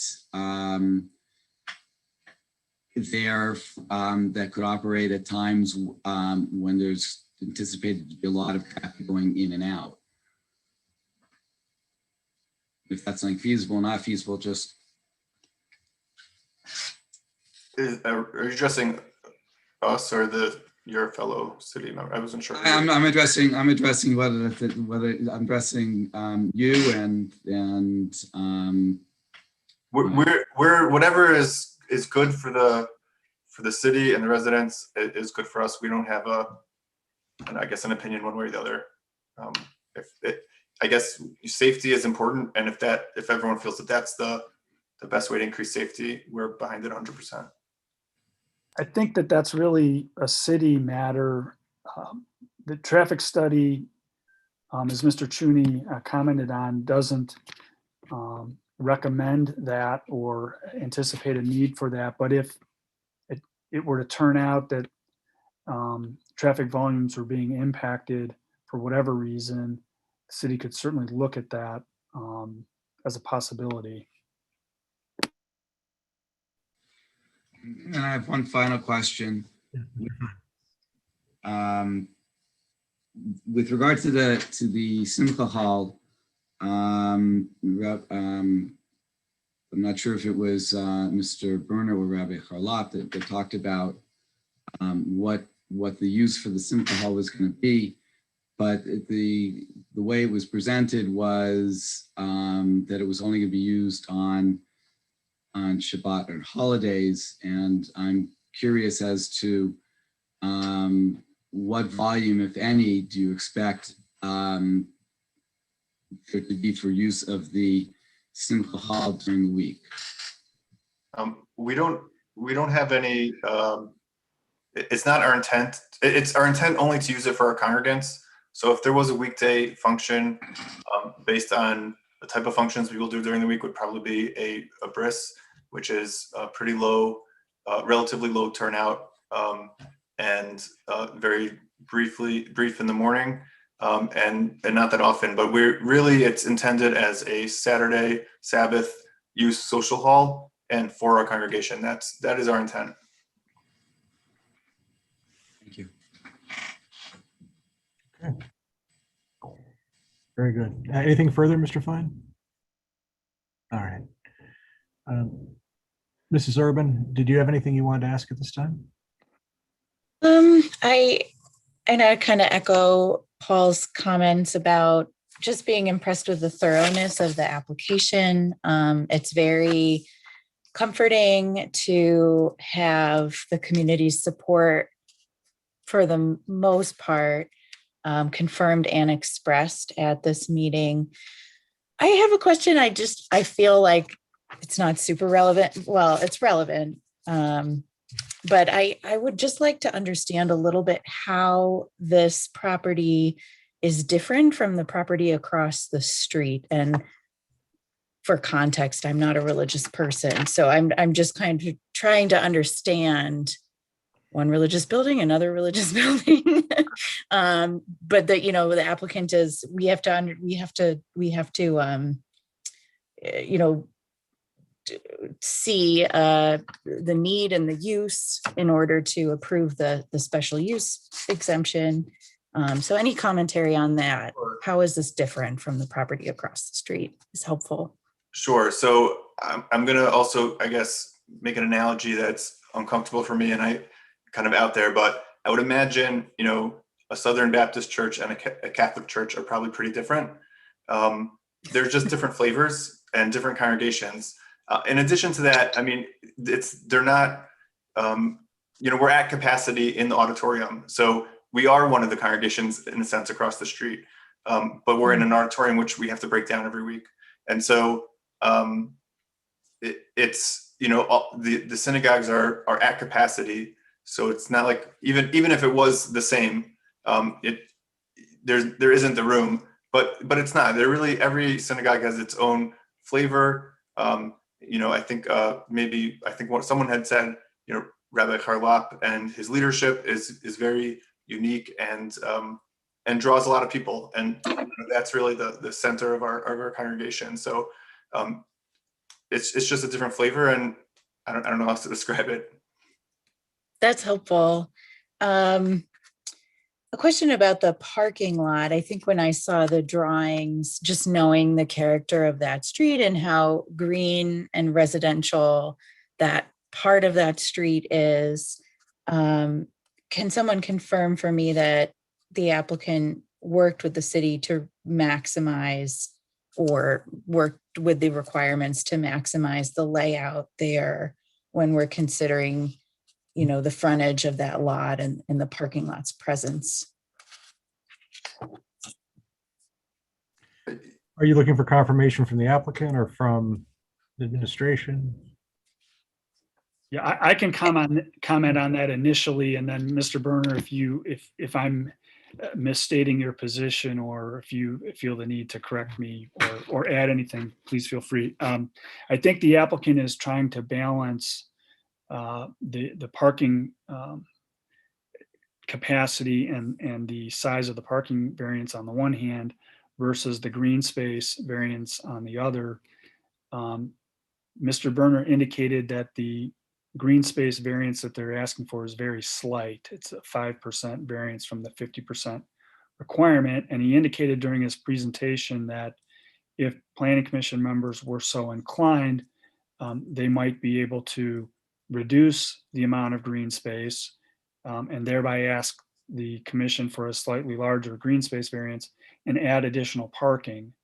But I think the overall answer to your question is they're trying to balance those concerns, and they're coming very close to not needing any variance at all on the green space requirement. That's exactly right. And like I said before, that most north lot, in theory, we could have fit the parking. We could have done underground retention potentially, and not needed that lot. But we felt that, you know, based on our meetings with the administration, that was really the right thing to do in order to maximize that green space. And so that's exactly right, Mr. McConville. And I don't mind saying, interjecting also at this point that pre-administratively, we've been working with the applicant going back even prior to the pandemic emergency. This is something that has been in the works for some time, and the city, I have articulated on behalf of the city as well as other members of administration various issues which have been incorporated into the application that is before us now. And some of these things have already been referenced, such as creating a larger site. Originally, there were 5 lots that were looked at, and an attempt to do this on 5 lots. And we expressed that a 6th lot really would make this make better application, and the applicant did that, acquired the 6th lot. We had concern about what a Summerfield entrance could look like, or entrance/exit would look like, and we wanted to minimize any impact on Summerfield or the stacking of traffic on Summerfield, and thus there's only one lane off of Summerfield, and it's an entrance lane. Similarly, the green space was something that was important to us. We understand that the parking requirements by our code compared to what is actually appropriate for this project are different. And the value of the green space at this property and the fact that they are nearly at the 50% minimum is remarkable and commendable and desirable. And I would be disinclined to give up for more parking. I don't believe that the additional parking is necessary either.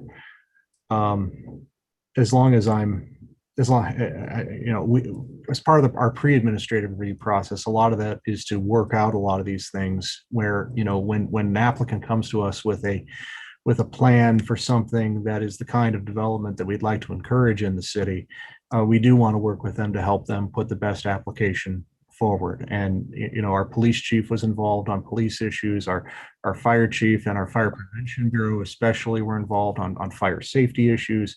Our building commissioner was involved with respect to numerous building code issues. I was involved, the vice mayor was involved, the economic development director was involved, and we've all had input and facilitated what we believe is an application that is worthy of the community, that grows the community, that is vital to the community. There's a certain amount of reticence and heartache that goes with demolishing homes. And there's memories associated with those homes. We're the city of beautiful homes, and have been for many, many years. So, when we give up a number of homes, when we take them off the tax rolls, and we lose the occupants that were in them, that's not something we take lightly. But when you look at the overall project here, when you look at what it does for the overall community, and how we may be losing some homes, but we're building something greater here that really truly builds community. The congregation already exists here, but it's a way of this new building, and we've heard it several times from several folks that it's it's truly the heart of the community, the heartbeat of the community, the pulse of the community. It is a center that's not there for one day a week; it's there every day for the members of this congregation, and becomes one more reason for for folks to move to University Heights to be a part of this community. It is among the kinds of new development that this city wants to embrace, that this administration certainly wants to embrace, and that we wish to. And that is why from the start, I was excited about this project, wanted to find a way that we could have this project that was appropriate both for the congregation and for the city, and balance all the interests of the folks in the community. So I'm happy to have been supporting this project throughout the process. I'm happy to be able to lend my continued support to this project this evening and beyond.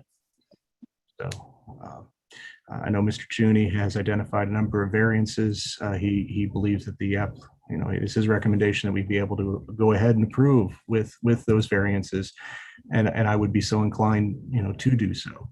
But I also want to make sure that everybody is heard, and I am concerned about, especially in this housing market, some folks being displaced from their homes at a time where it may be difficult to find appropriate housing. But I also have a fair amount of confidence that there's fundraising to do. There are still plans to hash out. I think there is going to be a little for me to say on behalf of the property owner when they're ready to have folks move out of homes. But I would hope that the applicant is able to work with these folks as they are being in a position to have to relocate and find appropriate housing. Yeah, I guess I would just, the rest of the street is very residential to the extent that landscaping can help kind of enhance that parking lot. That's really all I would say, I think. So it's a bit of a different thing on that street to have a parking lot, and on our side of the street anyway. Yeah. Absolutely. Yes. Okay, very good. Mr. Rock. I just have a couple questions for the applicant. Well, first, I want to commend you for all the level of detail you provided to us. I think this is the first time since I've been on Planning Commission that I've seen such level of detail from an applicant. I think it was a very thorough presentation. And the drawings are, I would say, very good drawings, that we have something to review. And that's not something we usually see. So I'm very thankful for that. We have a lot to review here. But my only two questions, I am in support of the project, so I want to see this go through. I just wanted to make sure I got everything covered, and a lot of that was already picked up in other questions. But the one main one was the entrance on Summerfield. That's just an entrance, correct? That's not going to be an exit onto Summerfield. Correct. It is just an entrance, single lane, one direction, entrance only. So to exit with the vehicle, you would have to exit onto Green then, not through the neighborhood. Correct. Right. Okay, good.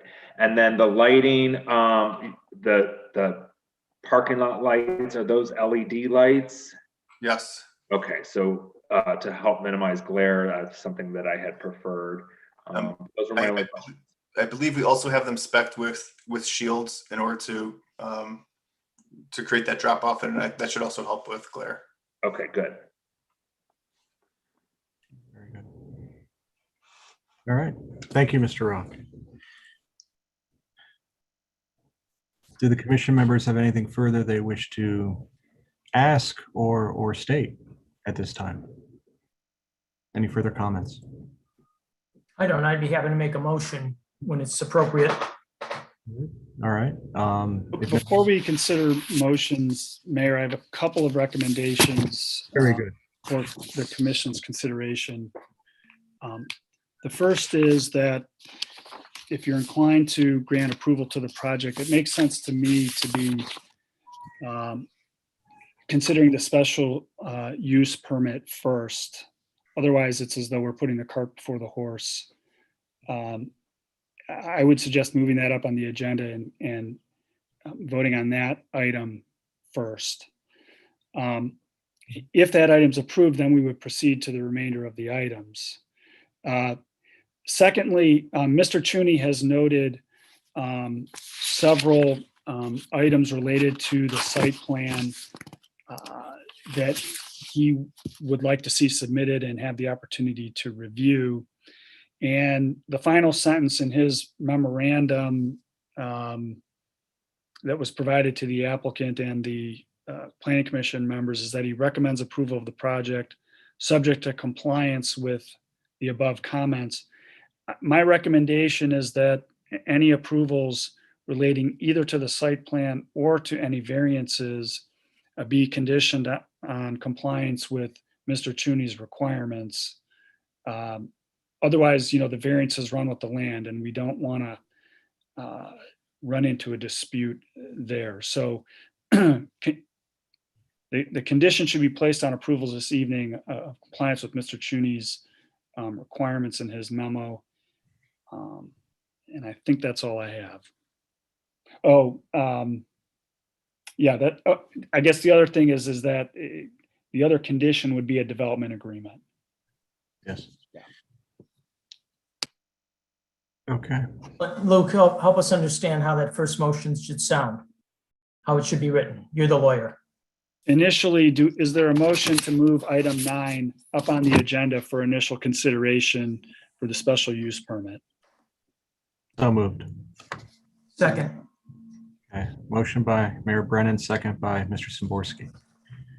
Any discussion on the motion to approve the special use permit? Seeing none, Mrs. Thomas, will you call the roll? Mayor Brennan, Yes. Mrs. Urban, Yes. Mr. Szymborski, Yes.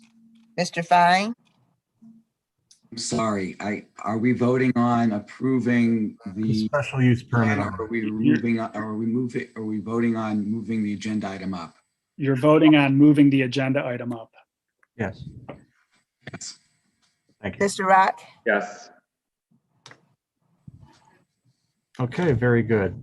So the agenda item regarding the approval of the special use permit has been moved up to be the item that we are considering next. So we are now on the subject of the approval of a special use permit allowing a house of assembly for the permitted use of a house of worship in accordance with section 1274.01A1 of the University Heights ordinances. I'll make a motion, Mayor. And if Luke wants to wordsmith it, he can. Motion to approve the project as presented, granting the variances as noted, subject to the parking agreements as defined. Well, I think what we wanted to do was start with the special use permit and then move on to the next items. Is that what you had in mind, Mr. McConville? I would prefer that you take each item one by one. Okay. So yes, the answer is yes. All right, thank you. Yes, Mr. Szymborski, would you care to? Is there a motion to approve the special use permit allowing a house of assembly for the permitted use of a house of worship? So moved. 127401. Okay, we have a motion. Is there a second? Second. Okay, motion by Mr. Szymborski, second by Mr. Fine. Any discussion on this motion? Does this need to be subject to the development agreement? Or is that the demolition subject to the development agreement? I think Mr. McConville, what do you think? I would think that the remaining things that we're going to consider are subject to the development agreement. Yeah, and that's because the special use permit is unique to the applicant. It does not run with the land, and it will expire if it's not acted upon. So let's vote on this motion, and then I'll wordsmith another motion for you, and then you can tick through your remaining agenda items. Okay. All right. I think that was a good question, though. So thank you for bringing that up so we could clarify that. All right. Very good. Okay. So we have the motion by Mr. Szymborski, second by Mr. Fine. Any further discussion? Seeing none, Mrs. Thomas, will you call the roll? Mayor Brennan, Yes. Mrs. Urban, Yes. Mr. Szymborski, Yes. Mr. Fine, Yes. Mr. Rock. Yes. Okay, very good. The motion carries and the special use permit is approved. And if you'll allow me, Mayor, to wordsmith another motion, is there a motion to condition any and all other approvals given this evening relating to demolition, consolidation of the lots, variances, and site plan approval upon, number one, compliance with the requirements set forth in Mr. Chuney's letter of June 3rd, 2021. And number 2, the entry by the applicant into a development agreement with the city. I'll move. Very good. We have a motion by Mrs. Urban. Is there a second? Second by Mr. Fine. Okay. Any discussion on this motion? Seeing none, Mrs. Thomas, will you call the roll? Mayor Brennan, Yes. Mrs. Urban, Yes. Mr. Zimborski, Yes. Mr. Fine, Yes. Mr. Rock. Yes. Very good. Motion carries. And Mayor, at this point, I would encourage the commission members to just consider the remaining items one by one. Okay. In the order in which they appear. Correct. Very good. All right. Item 1, is there a motion to approve the demolition of houses located at 14499 Summerfield, 2392, 2402, 2414, 2420, and 2424 South Green Road? So moved. A motion by Mr. Zimborski. Is there a second? I'll second. Second by Mr. Rock. Any discussion on the motion? None. Mrs. Thomas, will you call the roll? Mayor Brennan, Yes. Mrs. Urban, Yes. Mr. Zimborski, Yes. Mr. Fine, Yes. Mr. Rock. Yes. Okay. Very good. Motion carries. Next, is there a motion to approve the consolidation of the following lots? 14499 Summerfield, parcel number 721-26-068. 2424 South Green, parcel number 721-26-003. 2420 South Green, parcel number 721-6-002. 2414 South Green, parcel number 721-6-001. 2402 South Green, parcel number 721-21-067. And 2392 South Green, parcel number 721-21-021. I'll move. A motion by Mr. Fine. Is there a second? Second. Second by Mr. Zimborski. Any discussion? Seeing none, Mrs. Thomas, will you call the roll? Mayor Brennan, Yes. Mrs. Urban, Yes. Mr. Zimborski, Yes. Mr. Fine, Yes. Mr. Rock. Yes. Very good. Motion carries. Next, is there a motion regarding area usage and frontage permitting the proposed plan of 1.301 acres, requiring a lot coverage variance of 1.699 acres? I'll move. Motion by Mr. Fine. Is there a second? Second. Second by Mr. Zimborski. Is there any discussion? Seeing none, Mrs. Thomas, will you call the roll? Mayor Brennan, Yes. Mrs. Urban, Yes. Mr. Zimborski, Yes. Mr. Fine, Yes. Mr. Rock. Yes. Very good. Motion carries. Next, is there a motion regarding the use of yards for accessory off-street parking and loading? Minimum allowable rear yard parking driving setback is 30 feet there's a proposed setback of 12 feet. The 15 feet requiring a rear yard parking driving setback variance of 5%. So is there a motion to approve this 5% variance? I think that should be an 18-foot variance, Mayor. 18 foot? Okay. Yeah. Just going by the 12-foot is the Oh, I see. So point it's- at which they have the greatest need. If we allow them an 18-foot variance, they can build according to the site plan. Okay, so instead of saying 5%, we should be saying 18 feet. Correct. Okay. All right.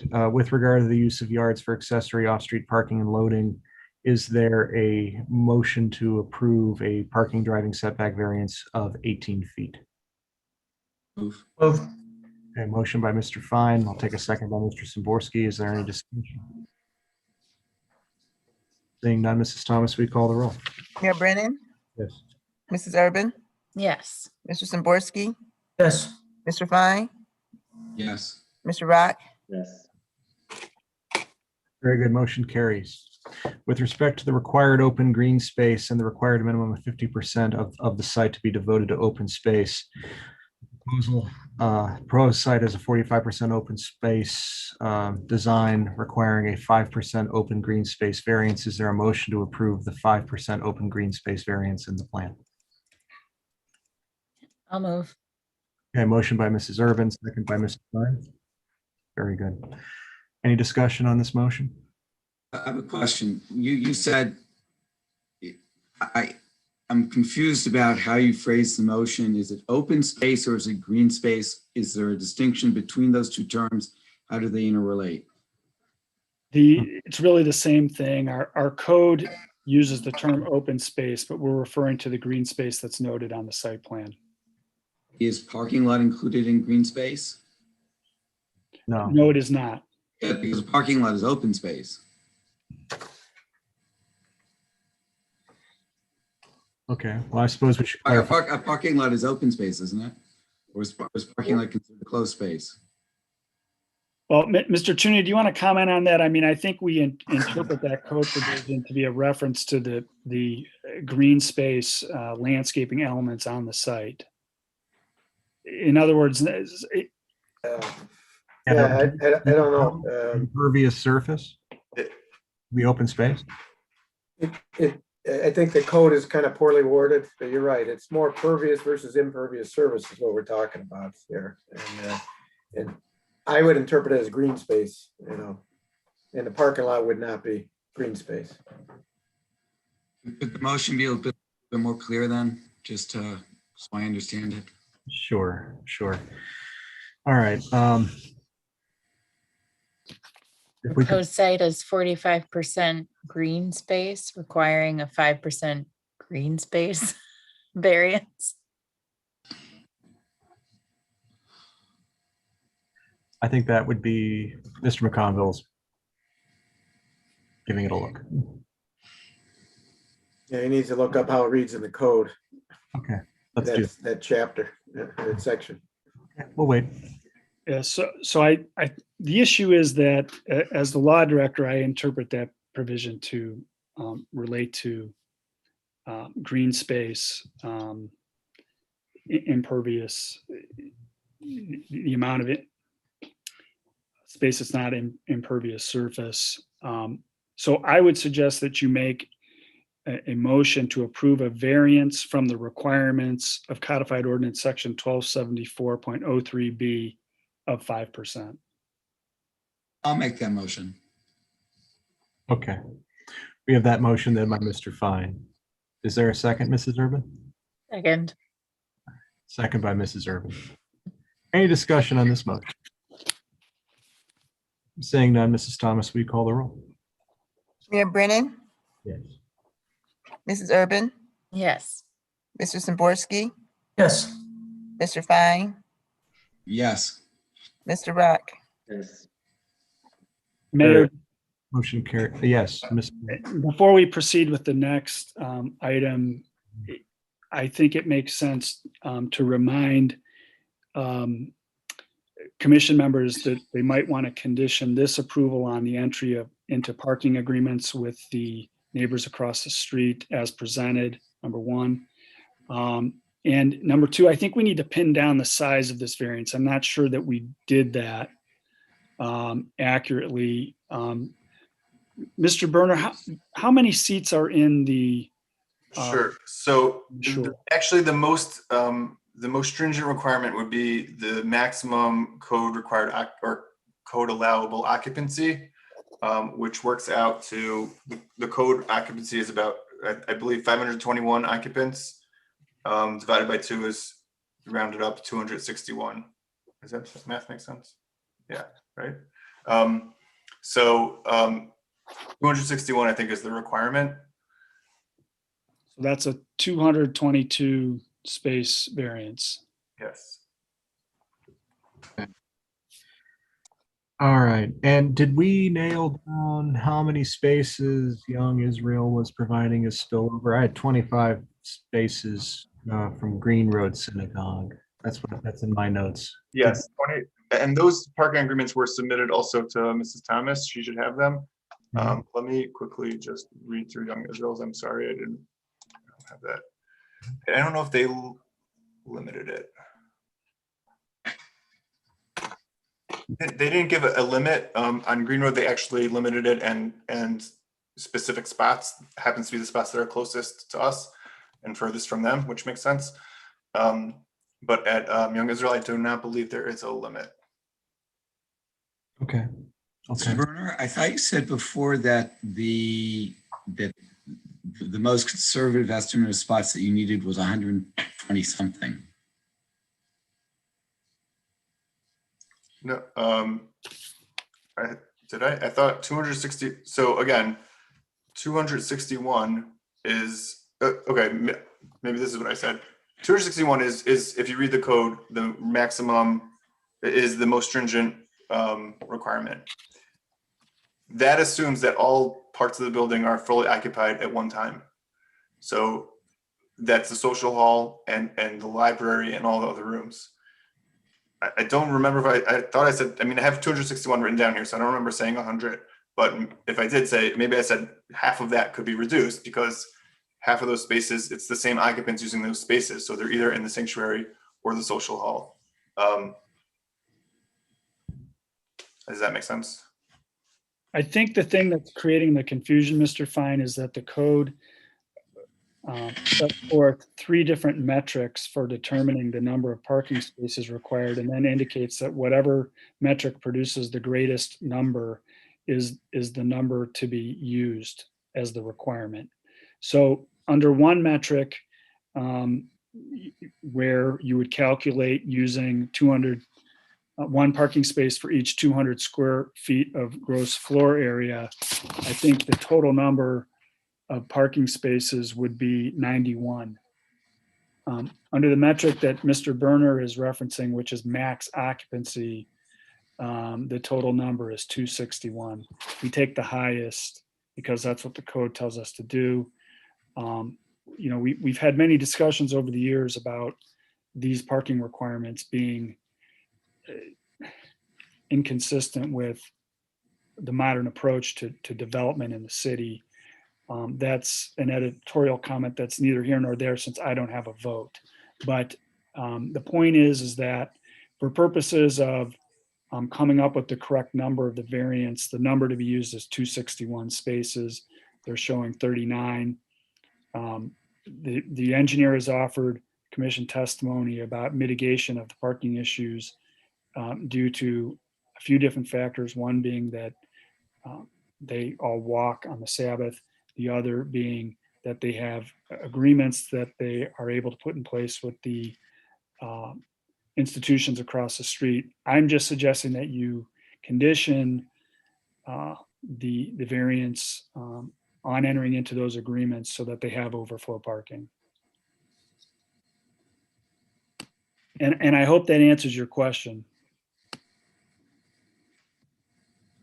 Okay. Very good. Very good. So Can I ask a question about that? Actually, does that cause problems for the applicant if the conditional overflow parking is revoked? Does that put them in some kind of legal limbo? Variance, once the variance is granted, it will run with the land. I just want to have them sign an agreement with those parties. And for what it's worth, the agreements are signed and submitted to you. So you do have them, they're already signed. Okay. Okay. All right. Very good. Very good. I mean, I suppose we could review the agreements and make sure that they are, you know, sufficient for, you know, the city's satisfaction with regard to that and have that be part of the development agreement. And if there's something that requires additional specificity. Yeah, that's fine. Either of those letters, we can do that. And I believe we already moved earlier that all the things we're discussing going forward are subject to a development agreement. Correct. Yeah. Letter. So that would include this without any further notation. All right, so is there a motion to grant with regard to required parking facilities, a parking space variance of 222 parking spaces, conditioned upon the securing of spillover parking as represented by the applicant with either Green Road Synagogue and or Young Israel and or elsewhere. So moved. Okay, motion by Mr. Simborski. Is there a second? Second. Second by Mrs. Erb. Before I proceed, Mr. McConville, was that sufficient in your view? That's fine. Okay, good. That's good. I figured you'd speak up if you felt it was not, but thank you, because I know that we wanted to make sure we got that one particularly right. I mean, all of them, of course, but that one was one I'm concerned about especially. Okay. Is there any discussion on this motion? All right, seeing none, Mrs. Thomas, will you call the roll? Mayor Brennan, Yes. Mrs. Urban, Yes. Mr. Simborski, Yes. Mr. Fine, Yes. Mr. Rock, Yes. Okay, very good. Motion carries. Next is there a motion regarding the minimum side yard for the building, noting that 50 feet is required? There appears to be 20 feet, though not labeled less than 20 feet, where they place the side of the building in a location that will line up with the houses in Summerfield Road. Is there a variance with respect to that minimum side yard provision?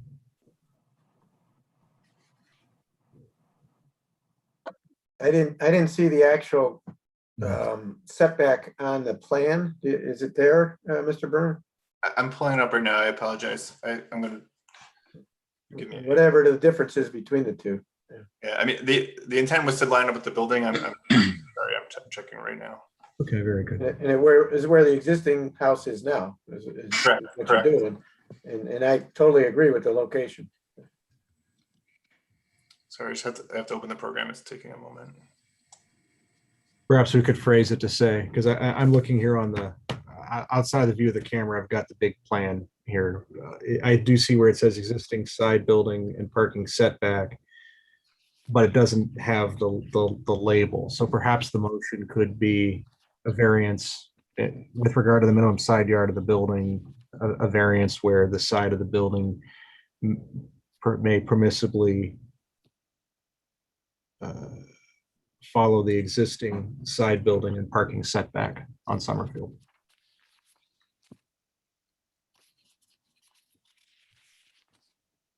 Mr. McConville, do you think that would suffice? Well, we could reference the code section again. Okay. If Mr. Berner doesn't have the number. I mean, they intentionally lined this up so that the sight lines would be clear and clean, and it would be consistent with the manner in which the Colel was developed down the street. So they're essentially, and this is for benefit of the Planning Commission members, in a position of asking for this variance because of the city's preference for the aesthetics of the site. So the motion could be a motion to grant a variance for the minimum side yard setback to comply with codified ordinance section 1274.02B2. Okay. So moved. So moved. I'll make the motion. Is there a second? Second by Mr. Fine. Any discussion on this motion? Just a quick question.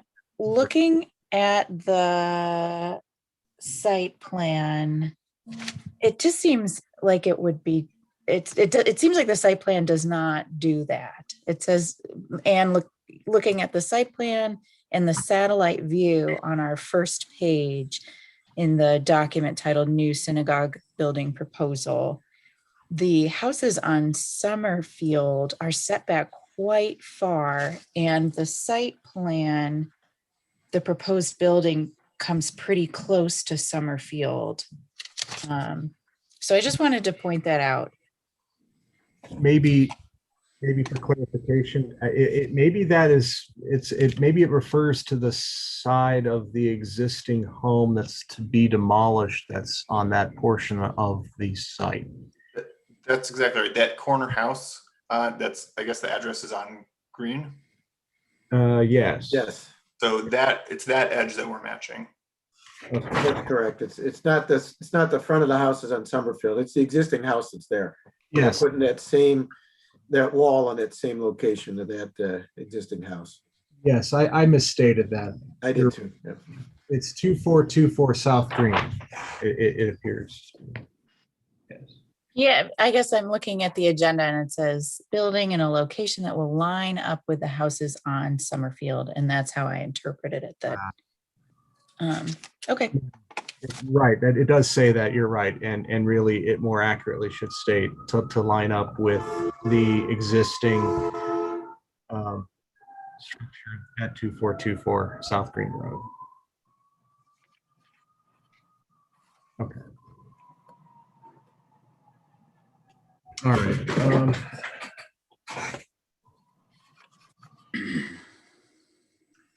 Okay, do we need to redo our motion here? I think your motion is fine. I think your motion is accurate. Okay. All right.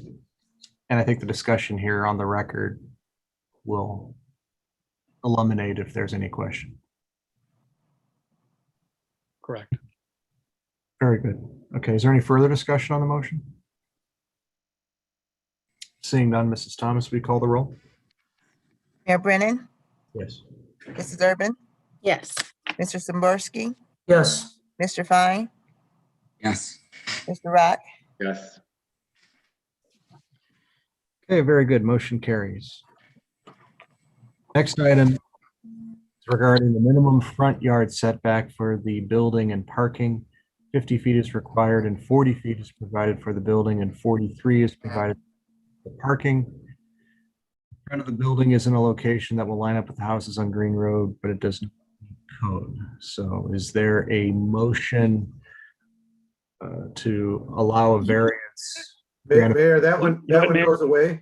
Yeah, that they don't need a variance for this. Oh, The they code don't. allows this. Yeah, this was, Yeah. Luke and I talked about this yesterday, and Okay. this needs to come off the agenda. Okay, very good. Do we need to make a motion to take this part off the agenda? Or can we? Yeah, I might as well. It'll clean it All right. up for council. So is there a motion to remove from the agenda item 8, the minimum front yard setback for the building and parking, 50 feet is required, et cetera? Mr. Fine makes the motion. Is there a second? Second by Mr. Samborski. Any discussion on this motion? Seeing none, Mrs. Thomas, will you call the roll? Mayor Brennan, Yes. Mrs. Urban, Yes. Mr. Samborski, Yes. Mr. Fine, Yes. Mr. Rock, Yes. Okay, very good. Motion carries and that's removed from the agenda, which leaves one more item. It appears a motion to approve the site plan of the proposed project for the new synagogue building. So moved. Motion on, second by Mr. Samborski. Any discussion on the motion? Mayor, I have a comment. Yes, Mr. Ginger. Yes, and I did not comment on this earlier because I was trying to think about it. As far as the stormwater management facility that the resident brought up and Mr. Fine brought up in one of his questions, it's rare that we have an above ground stormwater management facility in the city. We do have one other one though at Belfair, right near where Claver makes a turn there. And I'm not going to speak for the fire chief, but the fire chief required that be fenced in because I know there's a question about safety of that. Even though it's a dry pond, it's also a dry pond for Belfair. But being close to a public sidewalk, I know on that one, we required it to be fenced in. And when they submit their plans for plan review, that'll be a plan review comment by the fire department at that time. But I would anticipate he'll probably request that to be fenced in. And I know surrounding communities, again, we have mostly underground detention in University Heights. We got all pavement. People use their entire yard, but surrounding communities, they all fence those in. So all due respect, what's the point of fencing it in? I've got a lawn that slopes 20 feet on a corner. Somebody walks down 2 feet and they're afraid that they're gonna slide in 2 feet? Well, there could be water in the stormwater management facility. Wouldn't that be a beautiful thing? And then the kids could splash around in the water. I think we're just crazy with this. And that's the problem I have with Beechwood and these fences on everything. Guys, you could, architect or Remy, you could look at underground retention, but I just think we start putting fences around everything, we look like we're putting stuff in jails. I think it would be an eyesore as well. And I think it would defeat the whole purpose of having green space that looks nice and that kids can play on, and that's accommodating the neighbors' desire to have, aesthetic as well as a an aesthetic gap between their houses and the parking lot.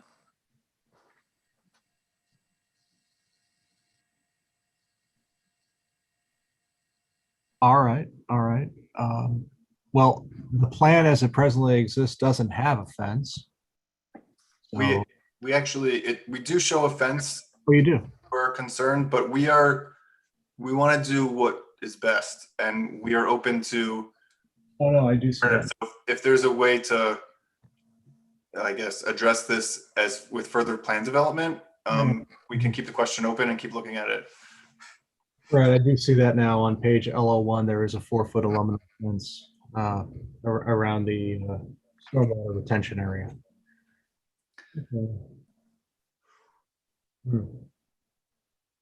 And honestly, when we put that in, I was unaware. It was before we had coordinated with Orson Baker that it was a dry retention pond. So I'm less concerned about it. But again, if we want to continue the discussion, we're happy to continue the discussion and find the best solution. I do tend to lean towards the no fence from a aesthetic standpoint, especially if it's a dry retention pond, but safety is paramount. I agree with you, Rami. All right. Well, how do we want to couch this then? That we approve the site plan for the proposed project less the 4-foot aluminum fence presently shown in the drawings? Yes. Yes. All right.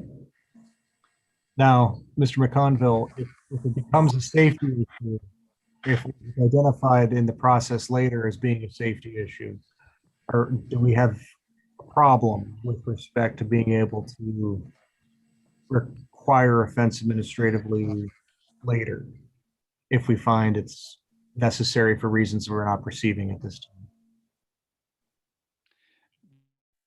In my opinion, that's not a change to the site plan that's material enough to bring it back to the Planning Commission. Okay. Mr. Tooney is going to be reviewing the final site plan, and if there's a health and safety issue, then the city would be able to address it administratively and work with the applicant on that. Okay.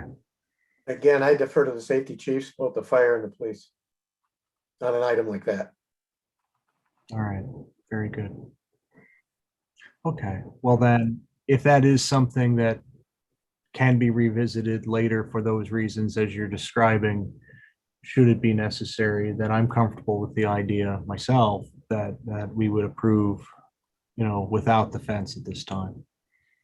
Or perhaps the motion could be approved without the fence unless required by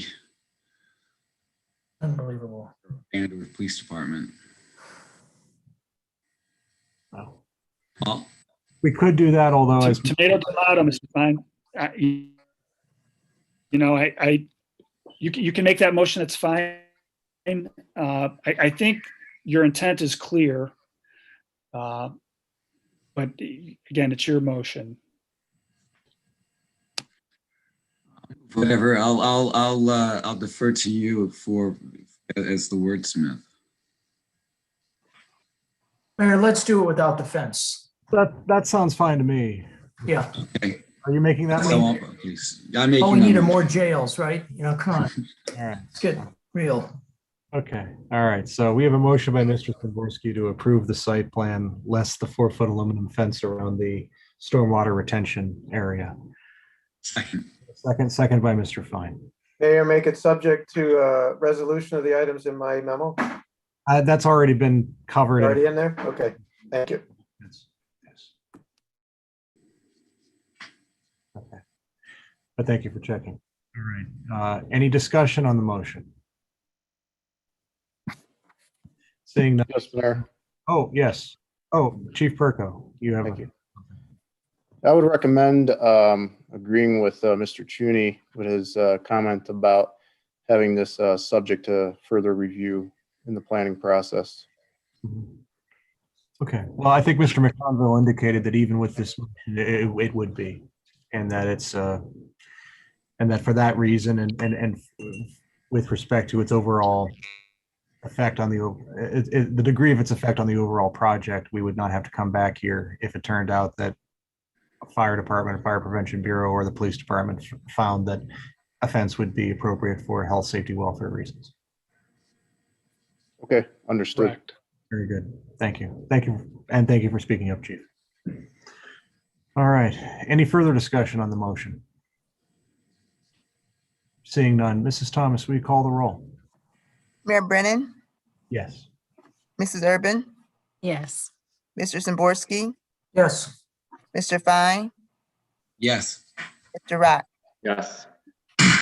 Very good. Motion carries. I'd like to thank the applicant for an outstanding application that we were able to get through in really a reasonable period of time this evening. So congratulations to everyone involved. Thank you very much for your time also and your consideration, and we really appreciate it, and we're excited to keep moving the project forward. We're excited to keep working with you on it. Thank you to members of the commission. Thank you especially Mr. McConville and to Mr. Chuney, our members of the police and fire departments and so on and so forth. And thank you to everyone who spoke up this evening with respect to their support or their concerns or otherwise with the project. So we have concluded the business that's on our agenda this evening. If there is nothing further, is there a motion to adjourn? Motion to adjourn by Mr. Fine. Is there a second? Second. Second. Okay, I'll take Mr. Rock. Mrs. Thomas, will you call the roll? Mayor Brennan, Yes. Mrs. Urban, Yes. Mr. Szymborski, Yes. Mr. Fine, Yes. Mr. Rock. Yes. Very good. Motion passes and we are adjourned. Thank you, everyone. Have a good evening. And we'll see you next time. Thank you. Have a good night.